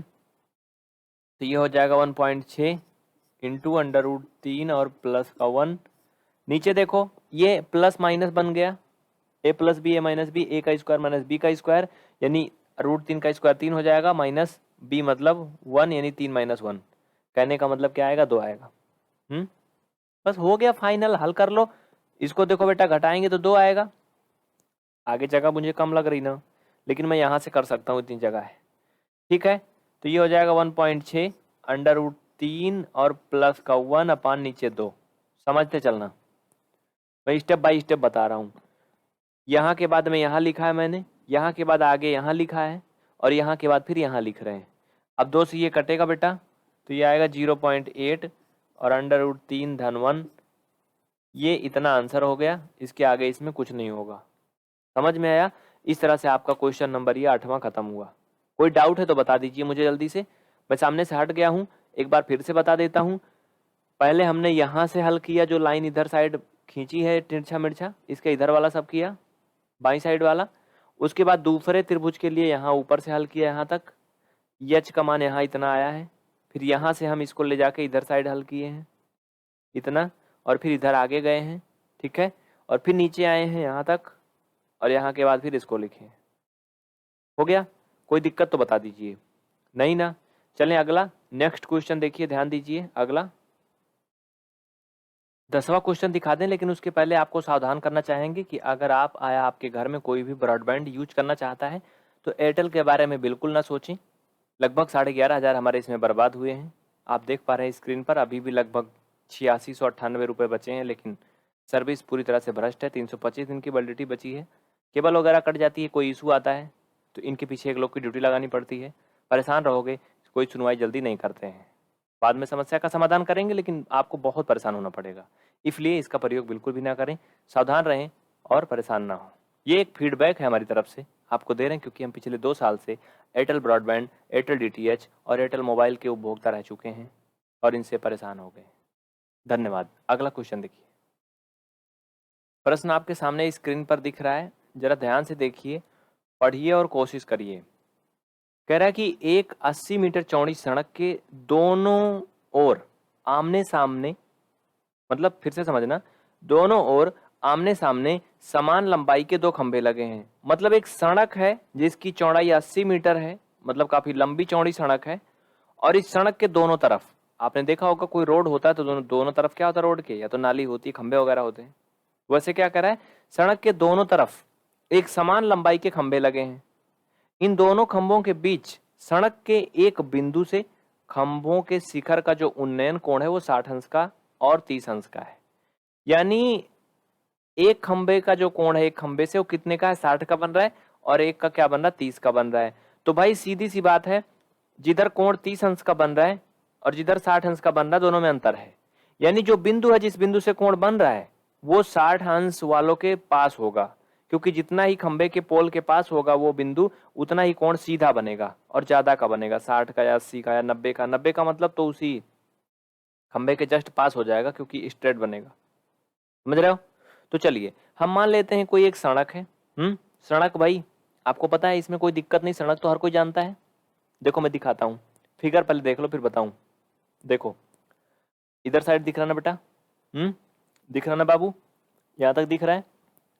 ठीक है, तो मैं यहाँ पे क्या करता हूँ, ये एक मैं सड़क बनाता हूँ। अब तुम समझना, ये क्या है, एक सड़क है। अब तुम कहोगे ये कैसे सड़क जा रही है, बता रहा हूँ, समझना। इसको मान रहा हूँ कि 80 मीटर चौड़ी है। भाई सड़क है, ऐसे ऐसे जा रही है।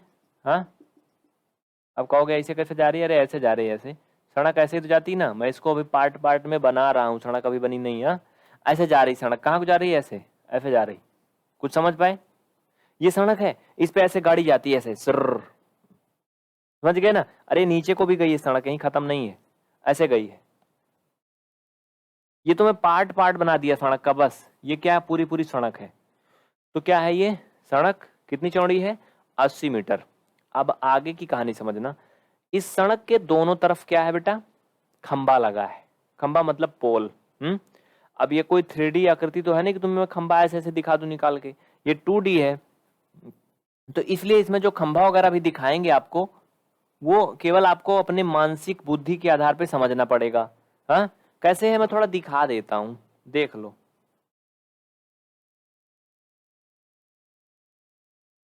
देखिए ये कुछ खंभे मैं आपको दिखाने की कोशिश कर रहा हूँ, स्क्रीन पर ध्यान दीजिए। देखो बेटा, इसमें तो एक ही तरफ आपको खंभा दिख रहा होगा, हाँ, रोड के। लेकिन अगर थोड़ा और आगे देखो, जो बाइक वाला जा रहा है उसके आगे देखो एक ऑटो रिक्शा टाइप का दिख रहा है।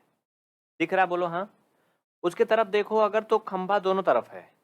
तुम्हें कम दिख रहा होगा, लेकिन फिर भी मान लो, जैसे ये रोड है, देखो 2 बाइक वाले जा रहे हैं, एक झोला टांगा है, तो इसके बगल खंभा दिख रहा है ना तुम्हें? किधर साइड दिख रहा है, इधर दिख रहा है ना? हाँ, तो वैसे अगर उधर साइड भी खंभा हो, और जहां पर वो बाइक है, खंबे के पास बाइक दिख रही है तुम्हें स्क्रीन पर, वहां से अगर कोई एक खूंटी गाड़ दे, एक कोई खीली गाड़ दे, और उसमें से खंबे के एकदम ऊपर से एक डोरी बांधे, और दूसरे तरफ भी एक खंभा हो ऐसे डोरी बांधे, तो क्या बनेगा, एक कोण टाइप का बनेगा ना? बनेगा ना, एंगल बनेगा ना? आओ दिखाते हैं। खंबा देख लिया आप, तो बेटा क्या ये क्या है भाई, ये एक रोड है, ऐसे ऐसे है, याद रखना।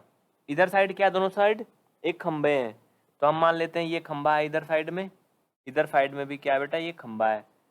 अब यहाँ से क्या बन रहा है, एक एंगल बन रहा है, ये 60 अंश का बन रहा है, और एक क्या कह रहा है, 30 अंश का बन रहा है। याद रखना, ये 30 का बन रहा है, ये कितना का बन रहा है, 60 का बन रहा है। एक 30 का एक 60 का क्यों बन रहा है? क्योंकि एक की ढलान ज़्यादा है, एक की कम है, ऐसा इसमें दिया गया है। ठीक है, तो फिगर में आप ऐसे नहीं दिखाओगे गंदा गंदा, आप इस सड़क को ऐसे सीधा सीधा मान लोगे एक लाइन में, क्योंकि त्रिकोणमिति में सब बना के वैसे नहीं दिखाया जाता, ऐसे मान लिया जाता है। ठीक है, समझ रहे हो? तो ये क्या हो गया, आपका फिगर हो गया इतना मोटा मोटा, जितना ही कह रहा था। आगे क्या कह रहा है क्वेश्चन, एक बार फिर से देख लो। खंबा उम्बा हटाओ भाई, क्वेश्चन दिखाओ। कह रहा था कि सड़क 80 मीटर चौड़ी है। कितनी है? 80 मीटर चौड़ी है ना बाबू, यानी सड़क की जो चौड़ाई है कितनी है?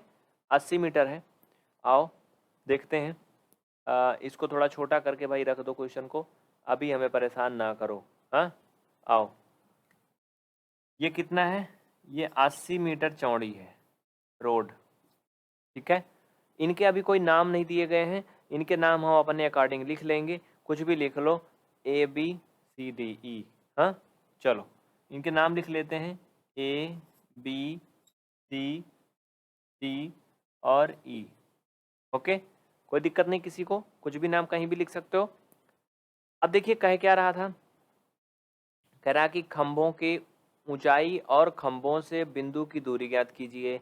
खंभों की ऊंचाई का मतलब दोनों खंभे समान ऊंचाई के हैं ऐसा कहा है प्रश्न में, तो हम एक ही खंभे की ऊंचाई निकाल लेंगे, दोनों का मिल जाएगा। और ये जो बिंदु C है ना बेटा, इससे इसकी दूरी हमें ज्ञात करनी है, तो एक को हम मान लेंगे यक्स। भाई हमें पता तो है नहीं कि कितनी है इसकी दूरी, तो हम मान लेंगे क्या, मान लो इसका इधर मान लें यक्स। मान लो, कुछ भी मान लो। चलो हम मान लेते हैं BC कितना है, यक्स है। मान लो बेटा क्या ये यक्स। तो भाई अगला कितना बचेगा, 80 माइनस यक्स। बोलो सही है कि नहीं? अगर हम BC को जहाँ पे मिल रहा है उस पर C लिखा हूँ, तुम्हें थोड़ा कम क्लियर हो रहा है क्या? समझ रहे हो ना बेटा, ये क्या है, C है। अगर हम BC को यक्स मान लिए तो जो CD है वो कितना हो जाएगा, 80 माइनस यक्स हो जाएगा। कितना हो जाएगा, 80 माइनस यक्स। इसको मैं थोड़ा अच्छे से क्लियर कर देता हूँ जिससे तुम्हें कोई प्रकार की कंफ्यूजन ना रह जाए। ठीक है, डन। चलो देखो, समझो समझो समझो, ये C है बिंदु, और ये कितना था, 80 था, क्योंकि मैं थोड़ा और दूर लिख दे रहा हूँ। और हमने इसको कितना मान लिया बेटा, यक्स मान लिया, समझना। तो ये पॉइंट आपका 80 माइनस यक्स बचेगा, ये भी समझना तुम। अब क्लियर हो रहा है ना, एकदम क्लियर हो रहा है। चलो ठीक है, हमें इसका आधार भी पता हो गया, और हमें इसकी ऊंचाई निकालनी है। ऊंचाई हमें पता तो है नहीं, तो हम कुछ भी मान सकते हैं ऊंचाई को। मान सकते हैं ना? आइए क्वेश्चन हटा दीजिए स्क्रीन से, हट जा भाई, हट जा हट जा हट जा। लिखिए फटाफट, इसमें लिखिए, क्या लिखेंगे सबसे पहले हम लिखेंगे दिया है। लिखो दिया है, यहाँ इधर साइड में लिखो गिवन। बेटा यहाँ पे हल लिखो, हल में लिखो गिवन, या हिंदी में लिख लो दिया है।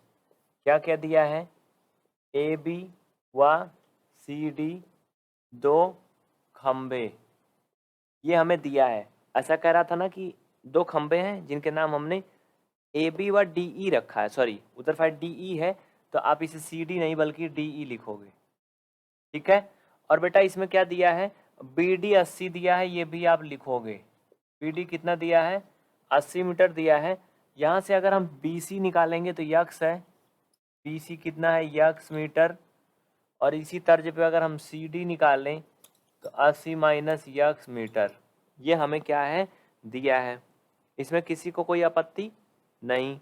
अब लिखो बेटा, आगे लिखो फटाफट, लिखो त्रिभुज ABC में, किसमें, ट्रायंगल ABC में, देखो इसमें यक्स का मान दिया है। तो लिखो, यहाँ पे लिखो त्रिभुज ABC में कोण C बराबर कितना है, 60 अंश का है।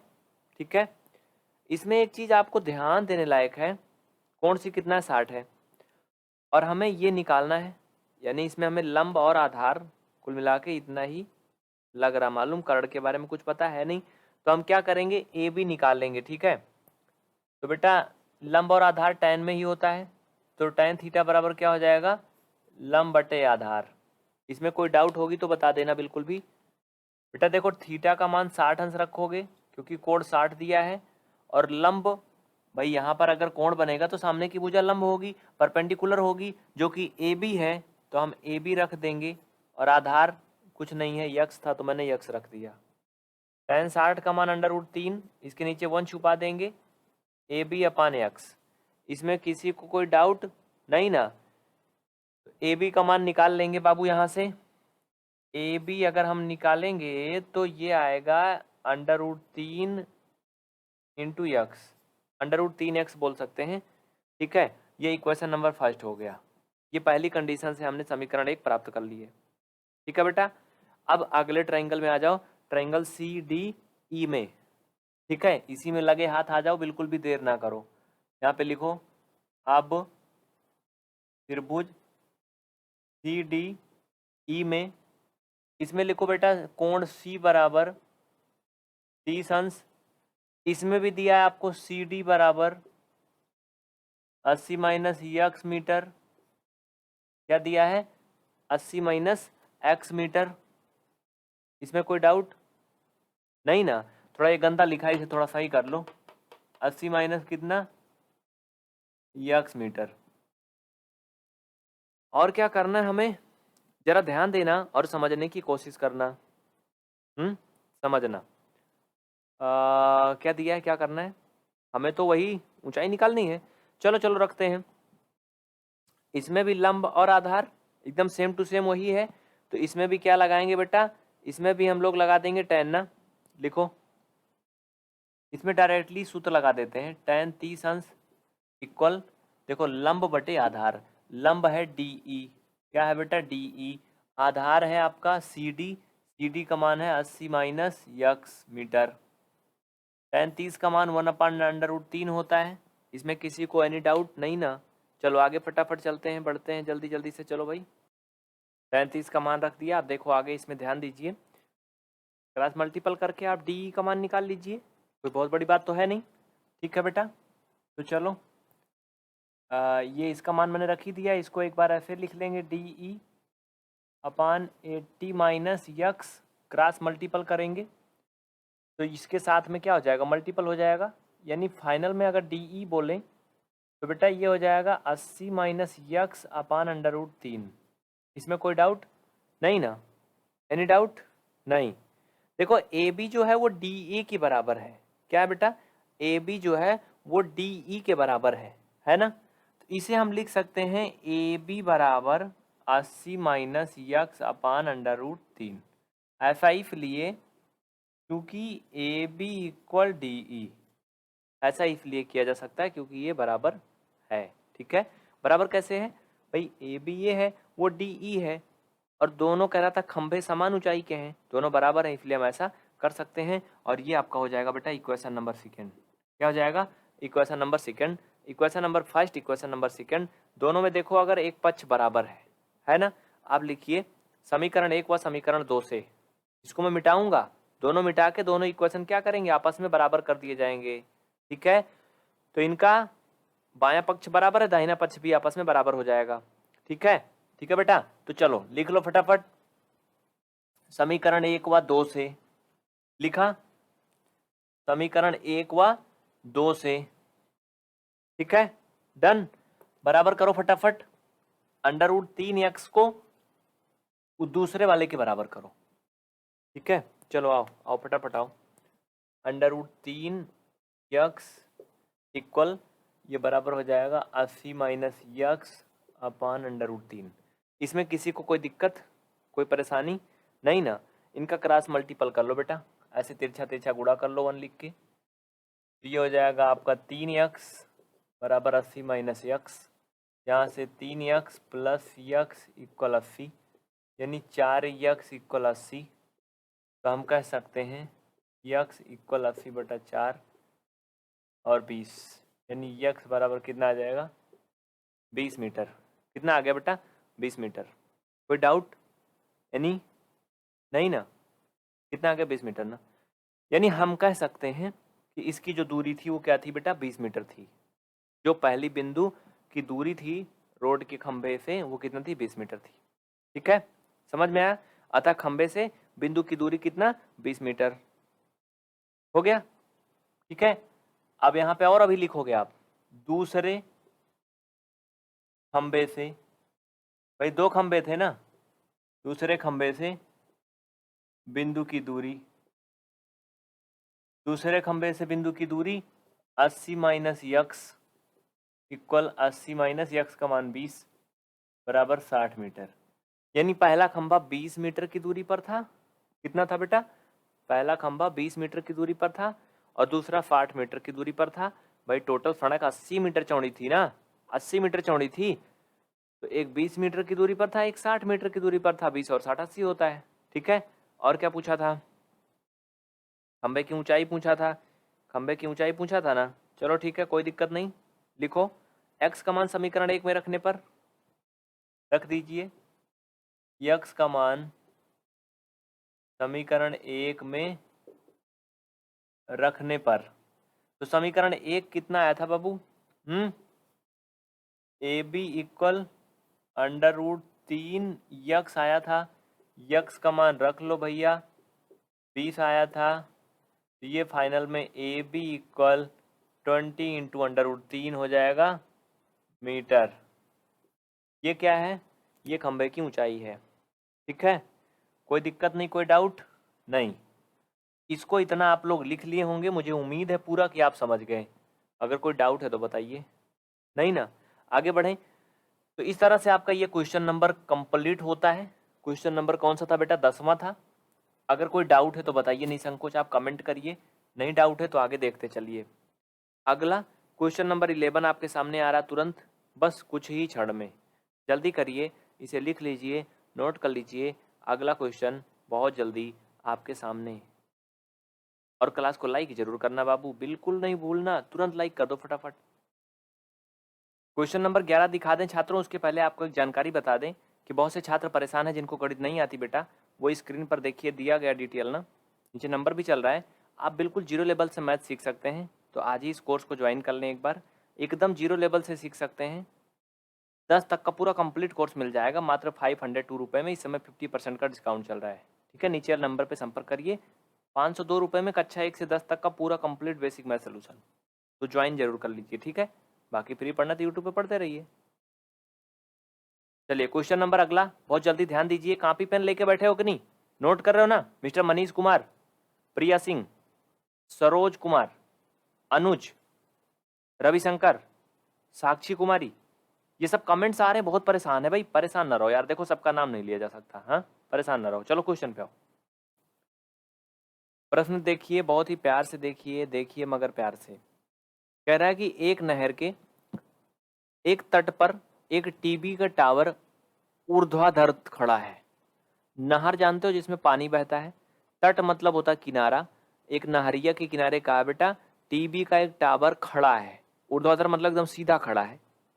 फिर टावर के ठीक सामने दूसरे तट पर, यानी नहर जो ऐसे बह रही है ऐसे ऐसे, उसमें दो किनारे हैं ना नहर में, एक किनारा तो है नहीं, दो किनारे हैं। तो बेटा नहर के एकवा किनारे तो टावर लगा है और दूसरा किनारे क्या कह रहा है? दूसरे तट के एक अन्य बिंदु से कहीं से टावर के जो शिखर है, उस टावर की चोटी ऊपर खोपड़ी, उसका कोण 60 अंश है। और इसी तट से इस बिंदु से 20 मीटर और दूर जाने पर इस बिंदु को मीनार के पाद से मिलाने वाली रेखा पर स्थित एक अन्य बिंदु से टावर के जो शिखर का उन्नयन कोण है वो 30 अंश का है। मतलब जहां पर से 60 है उससे 20 मीटर और आगे बढ़ जाओ तो कितने का है? 60 का बता रहा है। तो पूछ रहा है टावर की ऊंचाई और नहर की चौड़ाई ज्ञात कीजिए। देखो समझो, हम मान लेते हैं कि ये क्या है? एक टावर है। समझना, यहाँ पे क्या बेटा? यहाँ पे एक टावर है। अब तुम समझते चलना, ये क्या है? एक टावर है। ठीक है, ये क्या है? मोबाइल का टावर है। आगे समझना, कह रहा है कि टावर के जो है, भाई टावर नहर के किनारे है। नहरा मान लो इतना चौड़ा है, कुछ तो चौड़ा होगा ही। तो नहर के किनारे कह रहा है कहीं किसी दूसरे बिंदु से, मान लो नहर के किनारे का जो दूसरा बिंदु है बेटा वो कहाँ है? यहाँ कहीं है।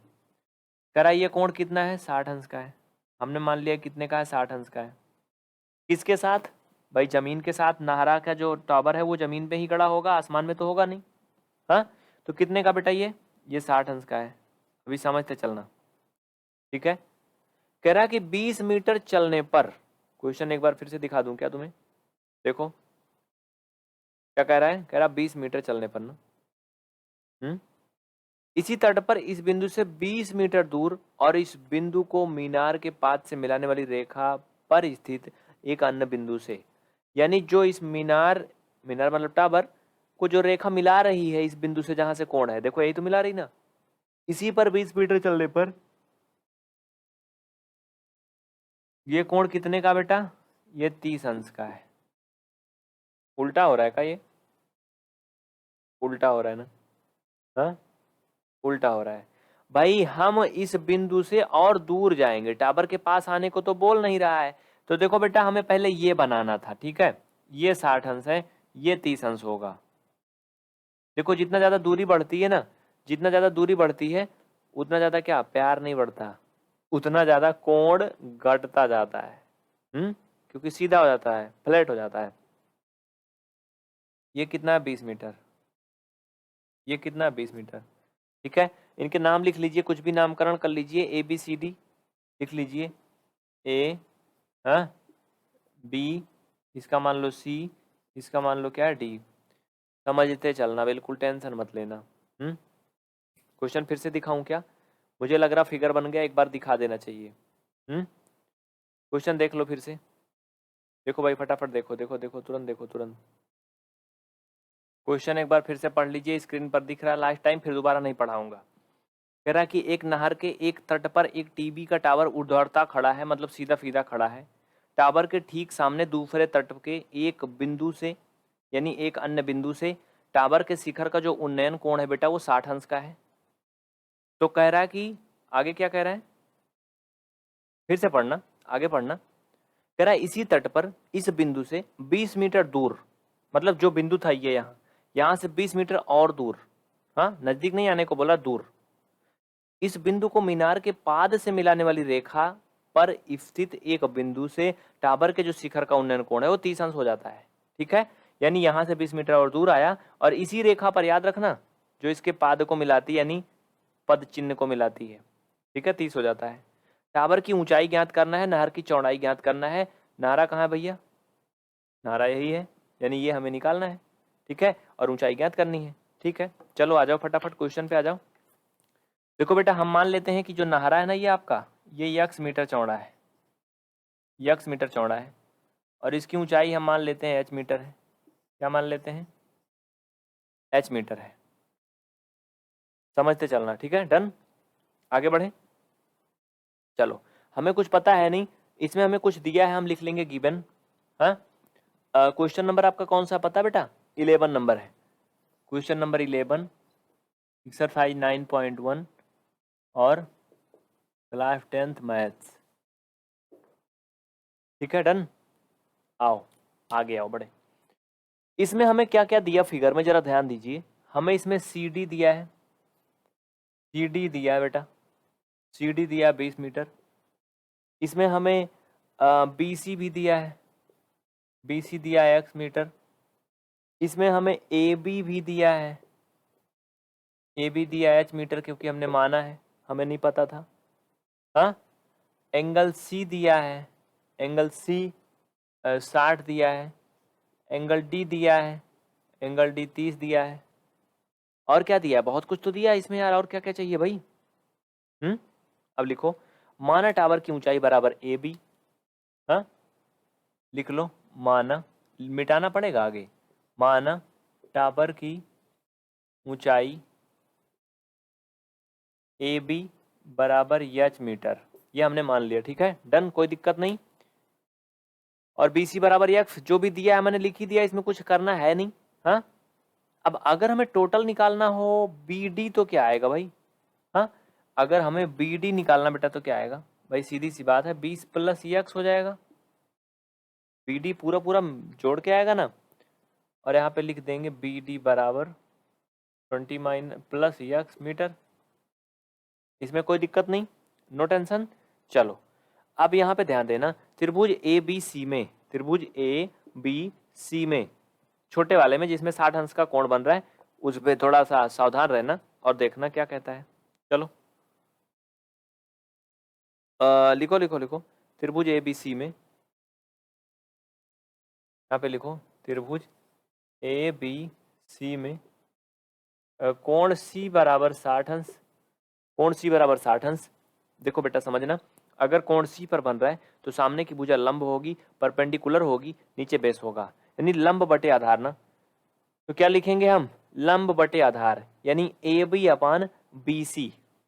ठीक है, तो लिखेंगे पहले tan थीटा के जगह पर 60 अंश है, याद रखना थीटा की जगह पे 60 अंश है, डायरेक्टली मान रखेंगे। और लंब लंब यानी कि आगे का भुजा ए बी अपान बी सी यानी यक्स। ठीक है, इसमें किसी को कोई दिक्कत परेशानी नहीं ना? चलो ठीक है, डोंट वरी। ओके, तो बेटा ये अंडर रूट 3 बराबर एच अपान एक्स। हमें क्या निकालना है यहाँ से? क्या निकालना था भाई? हमें एच का मान निकालना था ना बेटा, तो कर लो। एच बराबर अंडर रूट 3 एक्स। क्या अंडर रूट 3 एक्स बोल रहा हूं भाई, काय को गंदा लिखता है? Under root 3 x, equation number first हो गया। इसमें किसी को कोई दिक्कत नहीं ना? चलो फट से लिखो, हो गए इतने। अब हम दूसरे में देखेंगे, त्रिभुज ए बी डी में, यानी पूरा फुल वाले में। ठीक है, चलो इसमें भी कर लेते हैं। त्रिभुज ए बी डी में, यहाँ ऊपर आ जाओ, यहाँ पे लिखो। अब समझते चलना, ये देखो इतना मैंने किया था, इसको मैं ऐसे हटा दे रहा हूँ, छुपा दे रहा हूँ, इधर चलूंगा। अब त्रिभुज ए बी डी में देखो बेटा, इसमें भी एंगल डी क्या है? एंगल डी 30 है। बी डी 20 प्लस एक्स है।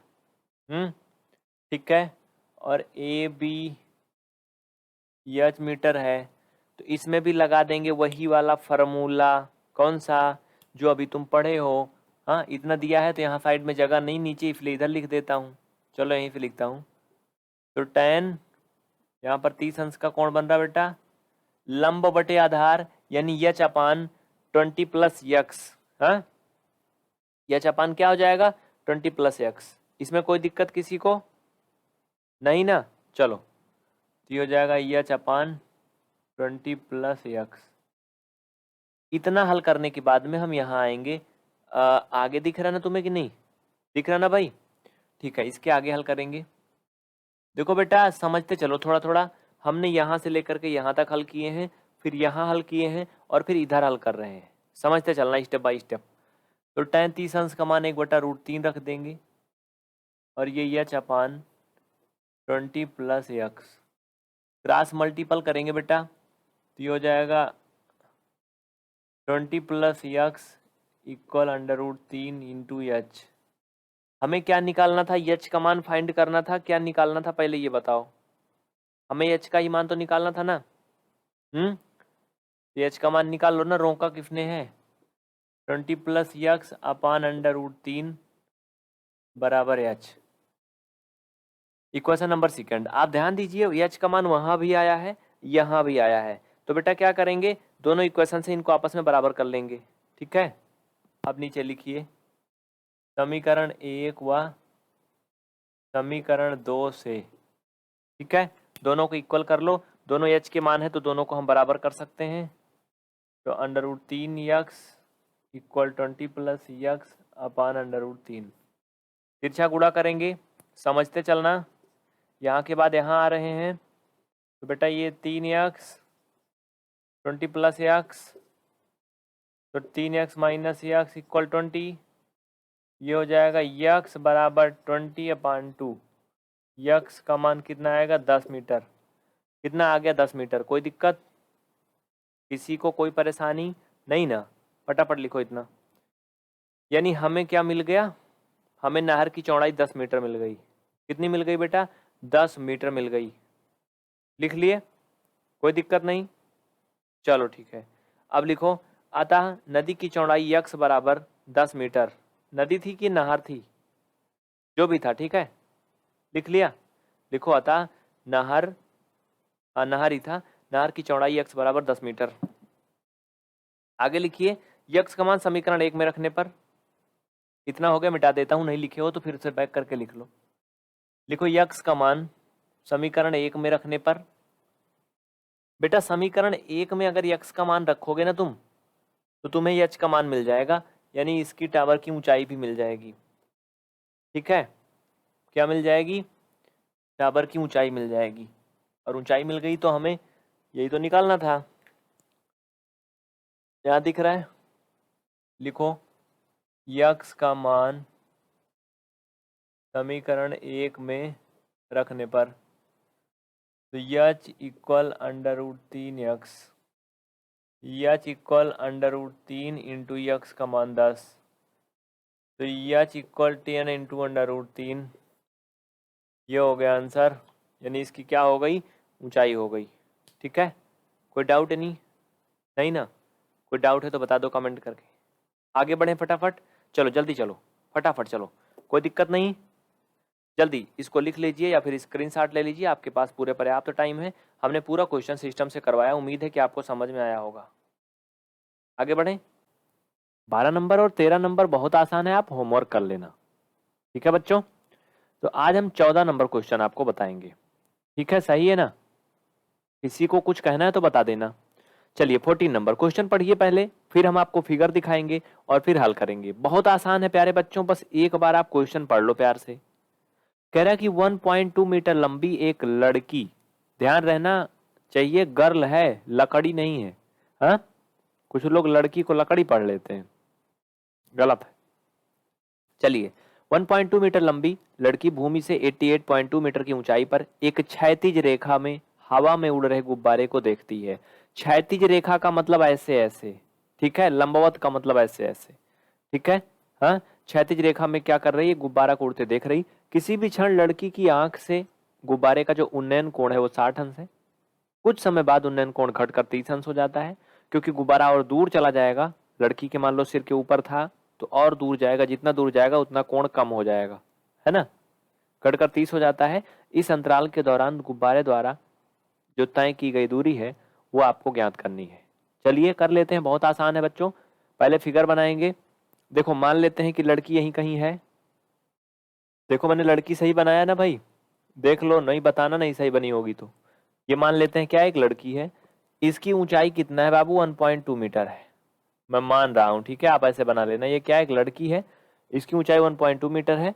आसमान में कोई गुब्बारा उड़ रहा है जिसे ये देख रही है। तो भैया आसमान ऊपर है होगा, नीचे तो होगा नहीं। तो मान लो कि गुब्बारा यहाँ कहीं उड़ रहा है, इसे ये देख रही है, और ये गुब्बारा क्या करता है? क्षैतिज रेखा में उड़ रहे गुब्बारे को देखती है। यानी यहां से ये लड़की, मान लो ये इसका आंख है, यहाँ इसका तल है, तो यहां से ये ऐसे क्या करती, ऊपर उड़ रहे गुब्बारे को देखती है। आगे देखो क्या कहता है, ध्यान देना। इसके बाद कह रहा कि कुछ समय बाद हाँ सॉरी, जब देख रही है तो इसका जो कोण है आंख का गुब्बारे से 60 अंश का बन रहा है। और देखना आगे, कोण तो 60 अंश बन रहा है, लेकिन इतना ही नहीं, कह रहा है कि कुछ समय बाद उन्नयन कोण घटकर 30 अंश हो जाता है। यानी भाई गुब्बारा जो है कुछ समय बाद क्या होता है, कहीं और दूसरी थोड़ी और दूर चला जाता है। तो समझना, पहले गुब्बारा यहाँ था, फिर वो गुब्बारा कहाँ आ गया, यहाँ आ गया। लेकिन ध्यान रहे, ऊंचाई कम नहीं हो रही धरती से गुब्बारे की, नहीं, ऊंचाई जो है उतना ही है। इसका केवल ये कोण घट के अब कितना हो गया बचवा? ये 30 अंश का हो गया। कहाँ से बन रहा था कोण? यहीं से बन रहा था, इसके आंख से ही। ये पहले 60 बन रहा था, फिर कितना बन गया ये 30 अंश हो गया। आप कहोगे ऐसे कैसे कोण बन रहा है? ऐसे बन रहा है, गुब्बारे की जो जमीन से ऊंचाई है, देखो आपके क्वेश्चन में दिया है, भूमि से ऊंचाई जो है कितना है, 88.2 मीटर है। यानी हम मान लेते हैं ये क्या है, जमीन है, ये मान लेते हैं जमीन है। अब ये जमीन कहाँ तक गई है कुछ पता नहीं है, पूरी जमीनें हैं। तो गुब्बारा की जो ये है बेटा, ये जो है बाबू वो 88.2 मीटर है। भाई यही तो बोला था ना, जमीन से ऊंचाई कितना है, 88.2 है। तो ये, इसको भी हम यहाँ मिला देंगे, हमारा त्रिभुज बनेगा, तो ये भी 88.2 मीटर हो जाएगा। ठीक है, अब समझते चलना, तुम बिल्कुल टेंशन मत लेना। देखो बेटा यहां से समझो, अब थोड़ा इसमें गलत हुआ है। गलत क्या हुआ है? देखो जमीन से गुब्बारा की ऊंचाई है 88.2, तो ये ऊंचाई यहीं से नहीं है। लड़कियां जहां खड़ी है, जमीन ये है वास्तव में। भाई ये लड़की जमीन पे ही खड़ी है, आसमान में तो खड़ी नहीं है ना, लड़की जमीन पे ही खड़ी है ना। तो ये इसकी ऊंचाई है वास्तव में। ये 88.2 जो है बेटा बाबू समझना, ये यहां तक है, ठीक है, समझ में आया। यानी यहां से लेकर के यहां तक की जो ऊंचाई वो 88.2 है। आगे समझना।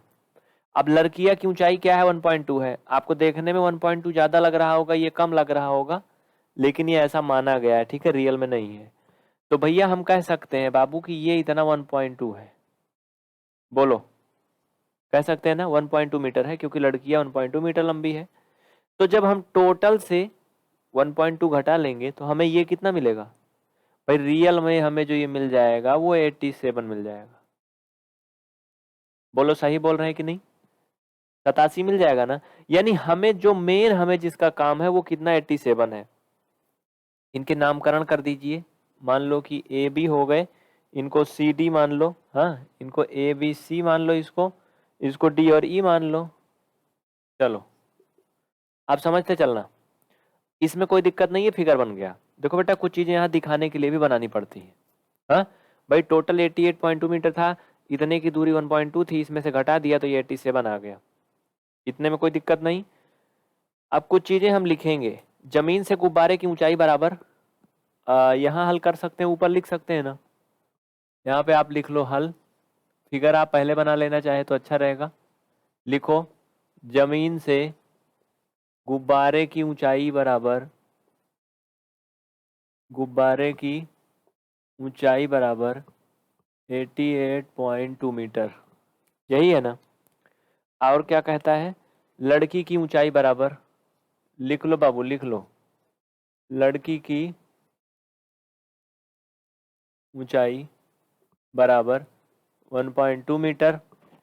तो अब आप डी ई निकालोगे तो कितना आएगा बेटा, डी ई बराबर 88.2 माइनस 1.2 इक्वल 87 मीटर। इतना सभी को समझ में आया, इसमें किसी को कोई दिक्कत नहीं। चलो अभी हमने कुछ नहीं किया, सिर्फ जो दिया था जैसे वैसे लिखा है बस। अब हमें जो निकालना है हम उस पर आगे बढ़ेंगे, ठीक है। आप थोड़ा गौर करना, जो निकालना बेटा समझना। हमें फाइंड क्या करनी है, कह रहा था कि गुब्बारा की बीच की दूरी ज्ञात कीजिए, मतलब ये हमें बी ई निकालना है। गुब्बारा पहले यहाँ उड़ रहा था, यहाँ से उड़ के यहाँ आ गया तो कितनी दूरी आया, ये हमें निकालना है। हमें कुछ अता पता है नहीं, लेकिन हमें ये पता हो गया और ये पता हो गया, कोण ना। तो हम लिखेंगे त्रिभुज ए बी सी में, यहाँ लिखिए त्रिभुज ए बी सी में कोण सी बराबर कितना है, 60 अंश है। देखो बेटा इसमें लंब दिया है और आधार, आधार यानी BC जो कि हमें नहीं पता है, तो इसमें हम क्या लगाएंगे, लंब बटे आधार ना, तो tan लगेगा, लगा दो। कोण 60 अंश है, लंब बटे आधार, लंब यानी AB, आधार यानी BC। चलो फटाफट सारे मान रख दो। देखो बेटा AB का मान जैसे DE 87 है तो ये भी उतना ही होगा क्योंकि दोनों की ऊंचाई बराबर थी, और tan 60 का मान √3 होता है। तो हम कह सकते हैं इसकी जगह पर 87/BC। हाँ क्रॉस मल्टीपल कर लो बेटा, इसमें तिरछा गुणा हर कोई करना जानते हो, इसमें कोई दिक्कत नहीं। BC बराबर कितना आएगा, 87/√3। √3 नीचे नहीं लिखेंगे उत्तर लिखते समय, तो ऊपर नीचे क्या करेंगे, √3 से गुणा कर देंगे। ये फाइनल में आ जाएगा BC बराबर देखो ये कट भी जाएगा, 87 इंटू √3, 5 3 लिख के देखो, ये 3 दूना 6, 3 9 27, तो BC बराबर 29/√3 आएगा। BC कितना है, 29/√3, यानी हम कह सकते हैं कितना आ गया, 29/√3। हमें BC मिल गया, अब हम BE भी निकाल लेंगे। कैसे निकलेगा बताता हूँ, इसको इक्वेशन नंबर फर्स्ट मान लीजिए, फिर आगे चलते हैं। अगले बने हुए त्रिभुज पूरे बड़के वाले में लेंगे, DEC में, DEC में इसको लिख लीजिए, मिटाता हूं मैं इसे, इतना ये मिटाऊंगा जितना हल है, जल्दी लिखो। हो गया डन, आगे चलिए। चलिए इसको भी हम वैसे ही कर लेंगे जैसे उसको कर रहे थे, एकदम सेम टू सेम वैसे ही करेंगे। देखो बेटा आप त्रिभुज DEC में देखेंगे, ठीक है, यहाँ पे लिखो त्रिभुज DEC में। देखो इसमें भी कोण C बराबर कितना दिया है बबुआ, 30 अंश दिया है ना बेटा, 30 अंश दिया है। जो बच्चे कमेंट के पीछे पड़े हैं पढ़ लो, चुपचाप पढ़ लो, अच्छा है। कमेंट के चक्कर में ना पढ़ो, क्लास खत्म हो जाएगी, कमेंट करना, सब बताएंगे। नीचे नंबर चल रहा है, उस पर संपर्क करो, कुछ भी कहना है, कमेंट के पीछे ना पढ़ो। चलो ठीक है बेटा, देखो ये सी 30 अंश आ गया। अब इसमें अगर आप गौर करो, अगर कोण सी पर बन रहा है, इसके सामने की भुजा लंब है, नीचे आधार है, यानी हमें लंब और आधार दिया है, लंब आधार tan में होता है और कोण का मान 30 है, तो हम लगाएंगे tan 30 बराबर लंब बटे आधार। लंब सामने की भुजा DE, आधार पूरा पूरा बेटा EC या फिर CE, जो भी तुम चाहो लिख सकते हो, ठीक है। तो ये हो जाएगा DE अपान CE। tan 30 का मान 1/√3 इक्वल DE का मान आप सबको पता है 87 आया था, तुम सब देख रहे हो 87 है, अपान CE। देखो भैया CE या फिर EC जो भी कहो इसे पढ़ लो। ये पूरा निकालने के लिए हम क्या करेंगे भैया, हमें पूरा निकालना है, हम ये और ये जोड़ देंगे, ये और ये जोड़ देंगे, यानी BC में BE जोड़ देंगे ना भाई, सही बोल रहा हूं ना, BC में BE जोड़ देंगे। या फिर हम ऐसा भी कह सकते हैं, अगर हमें सिर्फ BE निकालना है, अगर हमें सिर्फ BE निकालना है तो हम CE से BC घटा देंगे, ये भी कर सकते हैं, लेकिन वो बाद में करेंगे, पहले तिरछा गुणा करो। तो CE बराबर हो जाएगा आपका 87 इंटू √3, यानी ये क्या आ गया आपका CE आ गया बेटा। तो CE इक्वेशन नंबर सेकंड बन गया, इसमें कोई दिक्कत नहीं, यानी हमें CE या फिर EC मिल गया, हाँ पूरा पूरा बड़का वाला हमें मिल गया। अब हम एक काम कर सकते हैं, हमें ये पूरा पूरा मिल गया, इसे हम कह सकते हैं 87 √3, यानी ये पूरा पूरा हमें मिल गई पूरी पूरी, और ये भी मिली है। हमें ये निकालना है भैया BE, तो BE निकालना बेटा बहुत आसान है, आप यहाँ लिख लो। तो BE बराबर CE माइनस BC, ठीक है। CE से जब BC घटा दोगे बेटा तो आपका आंसर आ जाएगा, तो ये 87 √3 माइनस अभी अभी जो आया था 29 √3 ना, घटा लो 29 √3। देखो ये √3 वाला दोनों में समान है, इनके करड़ीगत जो है वो घट जाएंगे, हाँ 17 में से 9 गया 8 और 7 में से 2 गया 5, 58 आएगा। यानी 87 से 29 घटा लोगे बेटा तो 58 आएगा √3, ये आ गया आपका BE।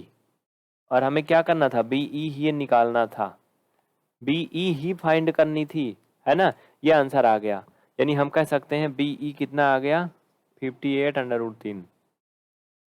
इसमें किसी को कोई डाउट नहीं ना। इस तरह से बेटा आपका ये पूरा क्वेश्चन कंप्लीट हुआ।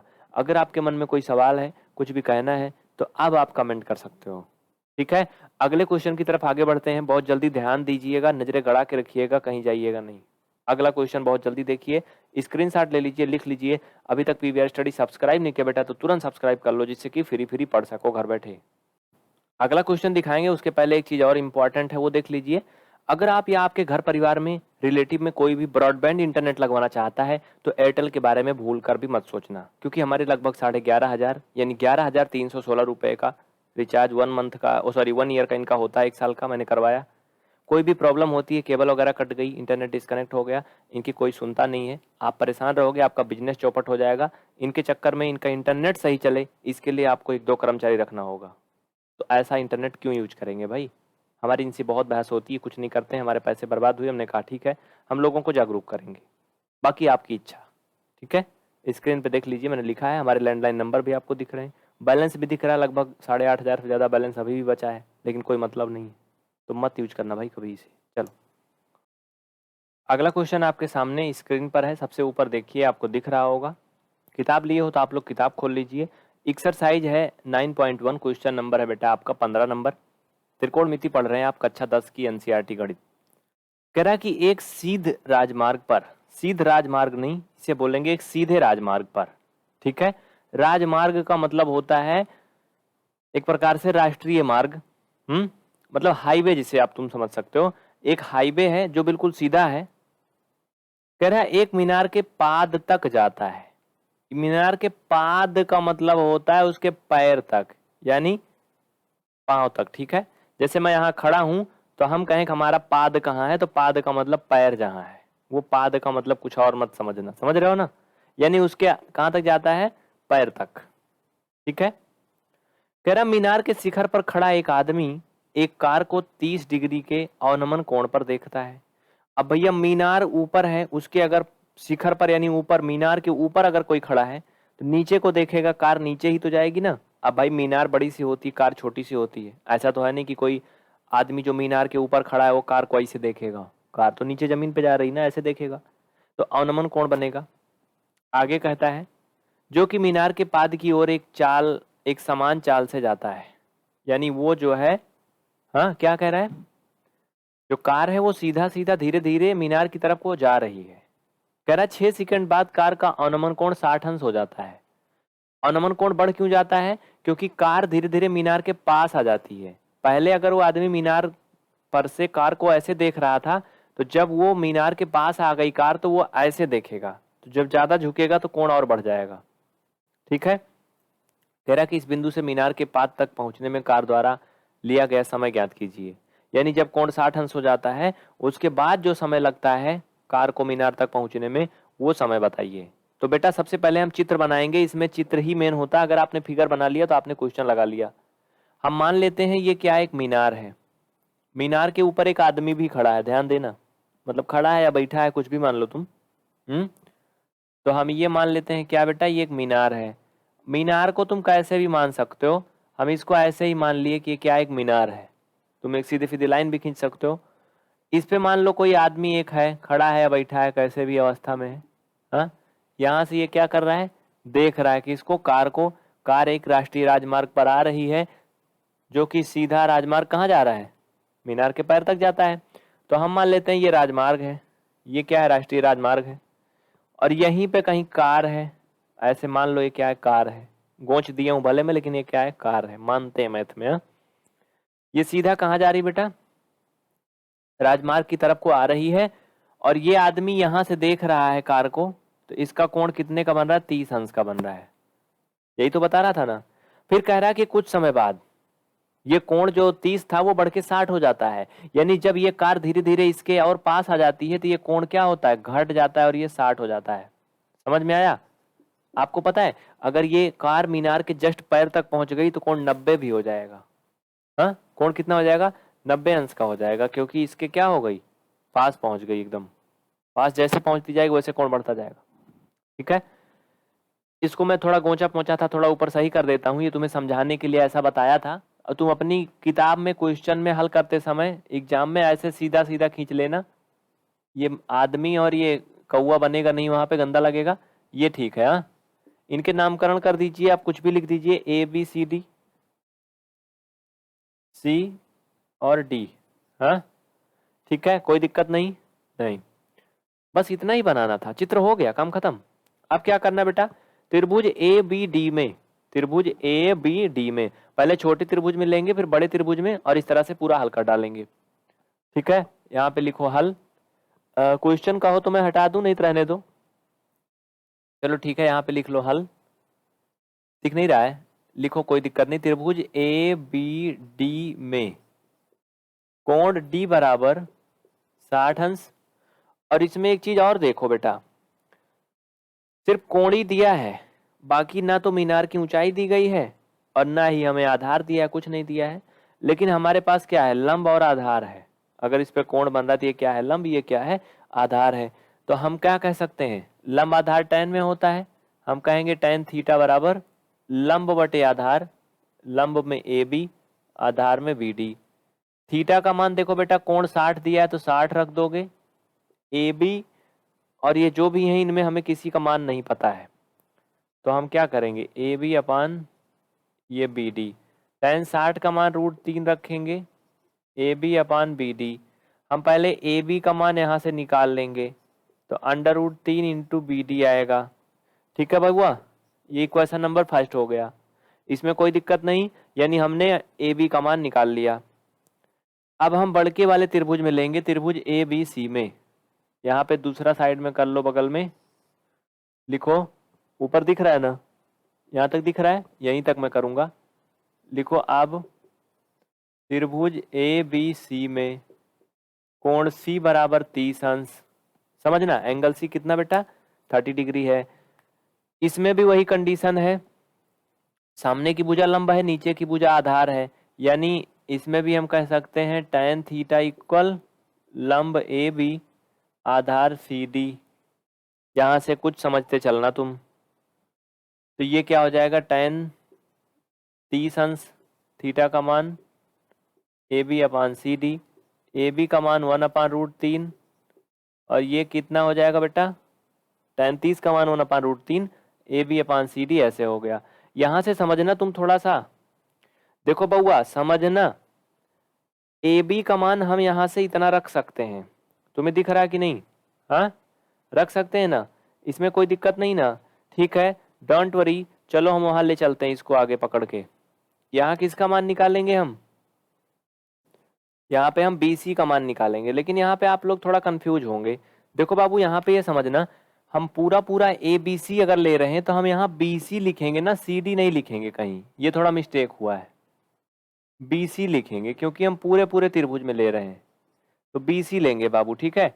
तो यहाँ से हम बी सी निकालेंगे, तो ये √3 ए बी आएगा, क्या आएगा, बी सी आएगा √3 ए बी। अब यहाँ ध्यान देना, जो बी सी है ये पूरा पूरा, चाहे तो सी बी बोले या बी सी, इसमें देखो दो पार्ट है, एक सी डी है एक बी डी है ना, तो हम इसकी जगह पर सी डी धन बी डी भी लिख सकते हैं, सी डी धन B D equal √3 into A B, ऐसा लिख सकते हैं, इसमें कोई दिक्कत नहीं ना भैया, नहीं। अब तुम एक चीज समझना, ए बी की जगह पे हम कुछ और लिख सकते हैं, वो क्या, समीकरण 1 से ए बी की जगह पे √3 बी डी लिख सकते हैं, नीचे दिख रहा है, तो ये आपका हो जाएगा सी डी धन बी डी इक्वल √3 इंटू √3 और ये बी डी, समझ रहे हो ना। देखो बेटा इनको जोड़ लोगे तुम तो ये क्या आ जाएगा भाई, सीधी सी बात है, ये जितना था उतना ही रहेगा, 3 का √3 में गुणा होगा तो 3 हो जाएगा, और बी डी बस ये इतना ही रहेगा, सी डी धन B D equal 3 B D, ठीक है। देखो बेटा जब ये 3 बी डी इसमें से घट जाएगा, यहाँ पर आगे जगह नहीं है, हम इसको यहीं छोड़ के इसको मिटाएंगे, लिखना चाहो तो लिख लो फटाफट साथ में, ठीक है। इसको मिटा के हम यहाँ ला के इधर हल करेंगे, नहीं तो कहो ऊपर हल कर दूं, चलो ऊपर हल कर देता हूँ, जाने दो नहीं मिटाऊंगा। सी डी बराबर निकालेंगे, ये बी डी इधर जाएगा, इसमें से घट जाएगा, वो तुम्हें बहुत अच्छे से पता है ना बाबुआ, यही निकाल लो, फिर क्या करना है यही निकाल लो, नहीं ऊपर है कर लो, ऊपर कहाँ तक दिख रहा है, यहाँ दिख रहा है ना, ठीक है। तो यहाँ देखो बेटा यहाँ से सी डी निकालेंगे, समझना आप तुम, सी डी बराबर हो जाएगा 3 बी डी माइनस का बी डी, 3 बी डी वैसे लिख दिया, ये बी डी उधर गया, क्या हो गया माइनस हो गया, तो बेटा ये सी डी बराबर तुम्हारा आ जाएगा 2 बी डी, ठीक है। सी डी कितना आ गया, 2 बी डी आ गया, यानी बी डी अगर निकालना चाहो तो सी डी अपान 2 हो जाएगा, यहाँ पे तुम सी D upon 2 equal B D निकाल लो, ये इक्वेशन नंबर सेकंड हो गया, इसमें कोई दिक्कत नहीं किसी को, नहीं ना। चलो क्वेश्चन में हटा ही देता हूँ, पहले मैंने इसको यहाँ तक किया, इक्वेशन नंबर फर्स्ट फाइंड किया, फिर मैंने यहाँ से यहाँ तक किया इक्वेशन नंबर सेकंड, मतलब यहाँ तक किया, यहाँ के बाद में जस्ट ऊपर किया तो सेकंड इक्वेशन आ गया, दोनों इक्वेशन आ गए, इनको लिख लो, स्क्रीनशॉट ले लो। अब मुझे इधर जरूर मिटाना पड़ेगा, इधर मिटाऊंगा, जल्दी करो, हो गया। चलो साथियों इसमें एक चीज दिया है, वो मैं तुम्हें नहीं दिखाया अभी तक, क्वेश्चन में अगर तुम ध्यान से देखो तो यहाँ सी डी का मान दिया है, कैसे, मैं क्वेश्चन थोड़ा जूम करूंगा, तुम ध्यान से देखो और फिर एक बार पढ़ो, फिर मैं बताता हूँ, फिर इसको हल करता हूँ। क्वेश्चन दिख रहा तुम्हें, देखो कह रहा है, शुरू से पढ़ देता हूँ, एक सीध राजमार्ग एक मीनार की पात तक जाता है, मीनार के शिखर पर खड़ा एक आदमी एक कार को 30 अंश के अवनमन कोण पर देखता है, जो कि मीनार की पात की ओर एक समान चाल से जाता है। कौन जाता है, कार जाती है। 6 सेकंड बाद कह रहा है, 6 सेकंड बाद कार का अवनमन कोण 60 हो जाता है। 6 सेकंड बाद का मतलब ये है बेटा कि जहां पर वो कार थी पहले, जहां कोण 30 अंश था, वहां से जब वो जहां कोण 60 होता है वहां तक जाने में 6 सेकंड का टाइम लेती है। 6 सेकंड का टाइम लेती है, मतलब ये कार पहले यहाँ थी तब कोण 30 अंश का था, यहाँ थी ना, जब यहाँ से यहाँ गई तो 6 सेकंड का टाइम लगा था। कितना लगा था बेटा, इतने में 6 सेकंड का टाइम लगा था, यानी सी डी का मान 6 दिया था। तो हम यहाँ पर लिख सकते हैं, यहाँ पर हम लिख सकते हैं समीकरण 2 से, लिखो समीकरण 2 से, समीकरण 2 अभी अभी आया है तुम्हारा, B D equal C D upon 2।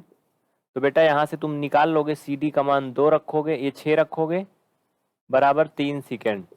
यानी हम कह सकते हैं कि बी डी बराबर कितना, 3 सेकेंड। और हमें बी डी ही तो निकालना था कि कार इस स्थान से मीनार तक कितनी देर में पहुंचेगी ना। देखो आप लिखा, मीनार के पास तक पहुंचने में समय जो लग रहा है उसे ज्ञात कीजिए।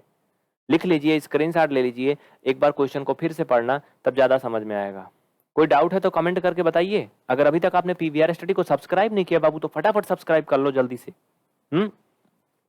अब ये अनमन कोण क्या है, उन्नयन कोण क्या है, साइन थीटा बराबर लंबटे कर्ण कैसे होता है, ये सारे बेसिक कॉन्सेप्ट के लिए आप हमारी बेसिक क्लास भी ज्वाइन कर सकते हैं, वो मैं बताता हूँ। देख लीजिए एक नज़र में, कक्षा 10 के बच्चों के लिए ये 50% की छूट जो 10 जनवरी तक है, इसे 31 जनवरी तक बढ़ा दिया गया। अगर आप कक्षा 10 में हैं तो आप 31 जनवरी तक इस कोर्स को ले सकते हैं। पीवीआर स्टडी ऐप में जाकर के आज ही ज्वाइन कर लें। अगले प्रश्न की तरफ आगे बढ़ेंगे, कहीं भाग के नहीं जाना। नेक्स्ट क्वेश्चन तुरंत। अगला क्वेश्चन देखिए आपके सामने स्क्रीन पर आ चुका है, क्वेश्चन नंबर 16। ध्यान दीजिए, कह रहा मीनार के आधार से, यहाँ पर थोड़ा सा मिस प्रिंट हुआ है, हमारे टाइपिंग मास्टर ने आधार को आधर लिखा है, जबकि क्या है आधार। आधार मतलब बेस से एक सरल रेखा में 4 मीटर और 9 मीटर की दूरी पर स्थित दो बिंदुओं से मीनार के शिखर के उन्नयन पूरक कोण है। मतलब थोड़ा सा अजीब टाइप का लग रहा है ना ये, लेकिन अभी फिगर बनाएंगे तो क्लियर हो जाएगा। पहले एक मीनार के बारे में बात हो रही, तो पहले आप क्या करोगे भाई, आवाज आ रही ना, पहले एक मीनार बनाओगे।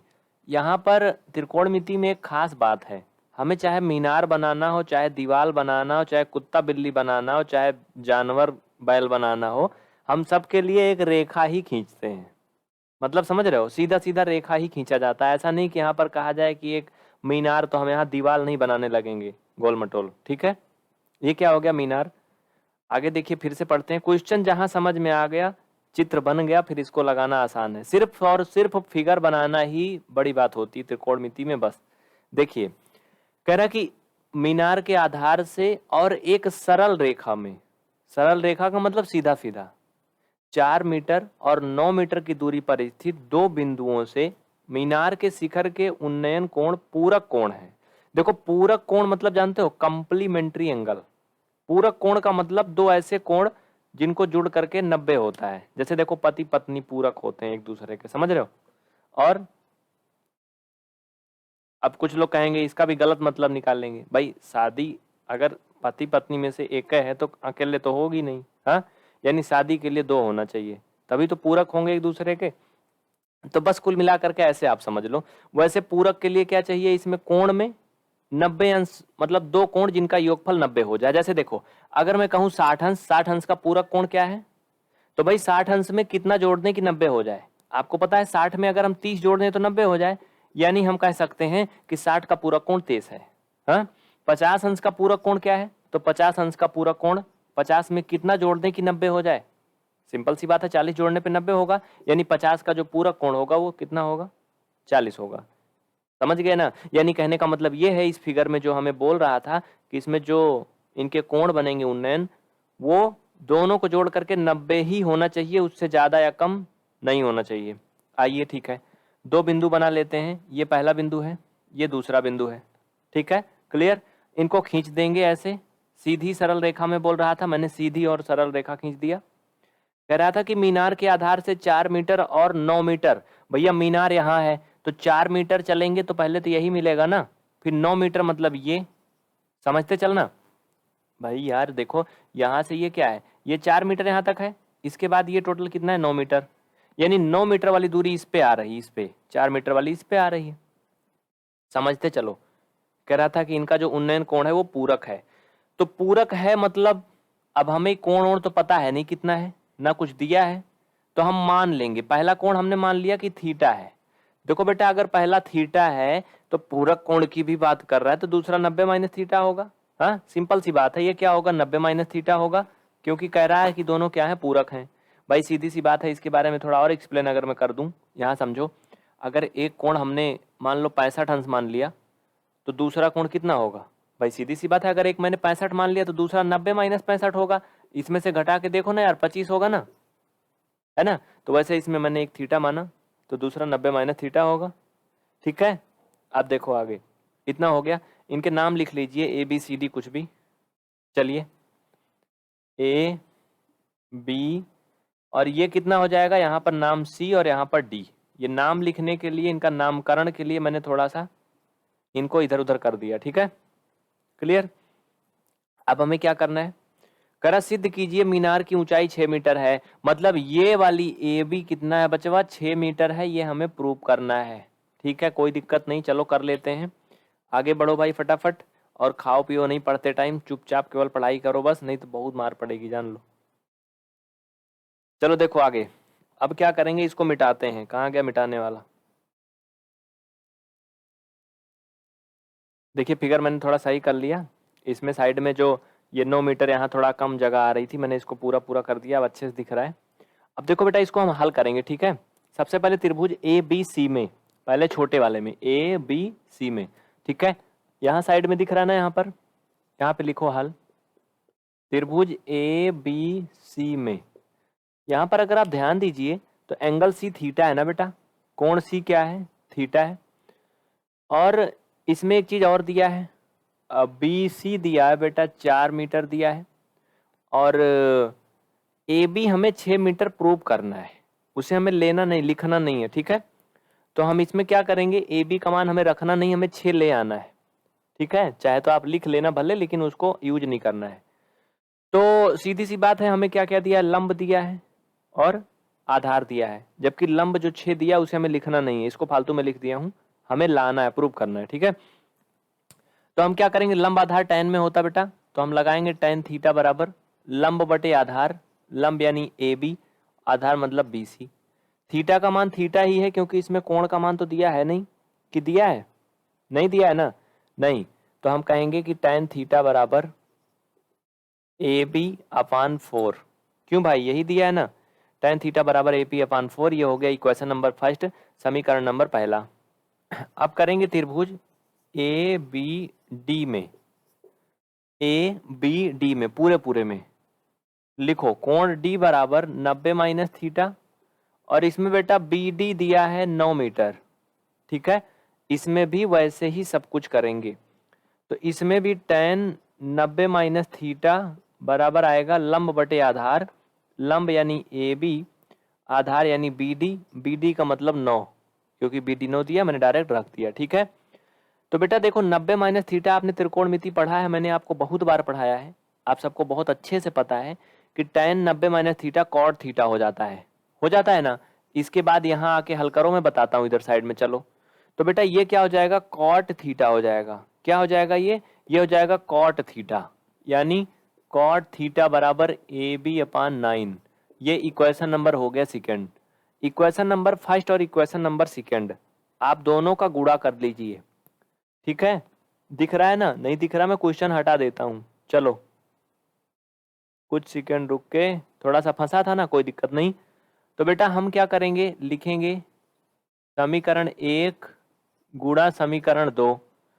समीकरण 1 और 2 दोनों का मल्टीपल कर लो, इसमें कोई दिक्कत नहीं बाबू। चलो समीकरण 1 है tan थीटा, इधर साइड हम दाहिना पक्ष को दायां पक्ष में, बायां पक्ष को बायां पक्ष में गुणा करेंगे, तो इसमें दायां पक्ष में tan थीटा है, ये बायां पक्ष में cot थीटा था, ये इसमें दायां पक्ष में ए बी अपान 4 था, और इसमें ए बी अपान 9 था। देखो यहां से समझना, मैं इसको कहीं और हल करके यहाँ ला के रख दूंगा, क्योंकि यहाँ पे जगह थोड़ा कम है ना बाबू। देखो मैं बताता हूं तुम्हें, ये देखो tan थीटा यहाँ हल कर रहा हूं, ये cot थीटा को हम 1 अपान tan कर सकते हैं, बोलो cot थीटा को 1 अपान tan कर सकते हैं, tan से tan कट जाएगा, कुल मिला के 1 आएगा। क्या आएगा, 1 आएगा ना। यानी हम कह सकते हैं इधर क्या आएगा 1, और इक्वल ए बी का होल स्क्वायर हो जाएगा, नीचे 4 9 36 हो जाएगा, तिरछा गुणा करोगे तो ए बी बराबर कितना आएगा 6। इतना तुम्हें हल करना आता है, इसमें कोई दिक्कत किसी को नहीं होना चाहिए। नहीं समझ में आई मुझे बता देना। ए बी बराबर 6 कैसे आया, मैं थोड़ा सा इधर तुम्हें डिस्क्राइब कर देता हूं, ऊपर देख लो, यहाँ पे डायरेक्ट आंसर लिख दिया हूं, कोई दिक्कत नहीं बेटा, देख लो। देखो एक्चुअली जब इसका गुणा करोगे तुम, ए बी स्क्वायर का 1 में करोगे तो ए बी स्क्वायर होगा, और 36 का 1 में करोगे तो 36 होगा। फाइनल में ये ए बी का स्क्वायर बराबर 36 आएगा। तो ए बी बराबर निकालोगे बेटा तो ये ऐसे आएगा ना, स्क्वायर हटेगा अंडर रूट लगेगा, इसका वर्गमूल प्लस माइनस 6 आएगा। तो माइनस में तो होगी नहीं ऊंचाई उसकी, प्लस में ही होगी, तो ए बी का मान 6 आ गया। अब नीचे लिख दो अतः सिद्ध हुआ मीनार की ऊंचाई कितना है, 6 मीटर है। ठीक है, यही तो हमें सिद्ध करना था, ए बी 6 ही लाना था ना, मैंने 6 यूज नहीं किया कहीं, बाद में लाया हूं ना। लिख दो इतना सिद्ध हुआ कि ऊंचाई कितना है, 6 मीटर। इस तरह से आपका पूरा चैप्टर 9 खत्म हो गया बेटा, त्रिकोणमिति आपका खत्म हो गई कक्षा 10 की। अब हम अगली क्लास में पढ़ेंगे वृत्त, सर्कल पढ़ेंगे। ठीक है, आप सभी मुझे कमेंट करके बताओ बेटा, अगर कोई वृत्त दिया है जिसकी त्रिज्या 5 सेंटीमीटर दी है तो उसका व्यास कितना होगा, कोई बताएगा एनीवन? अगर कोई वृत्त दिया है जिसकी त्रिज्या 5 सेंटीमीटर है तो उसका व्यास कितना होगा? देखियो इसका स्क्रीनशॉट ले लो, लिख लो, पूरा हल हो गया। चलो मैंने बहुत टाइम दिया आपको लिखने के लिए, तो बेटा ये इंड हुआ आपका।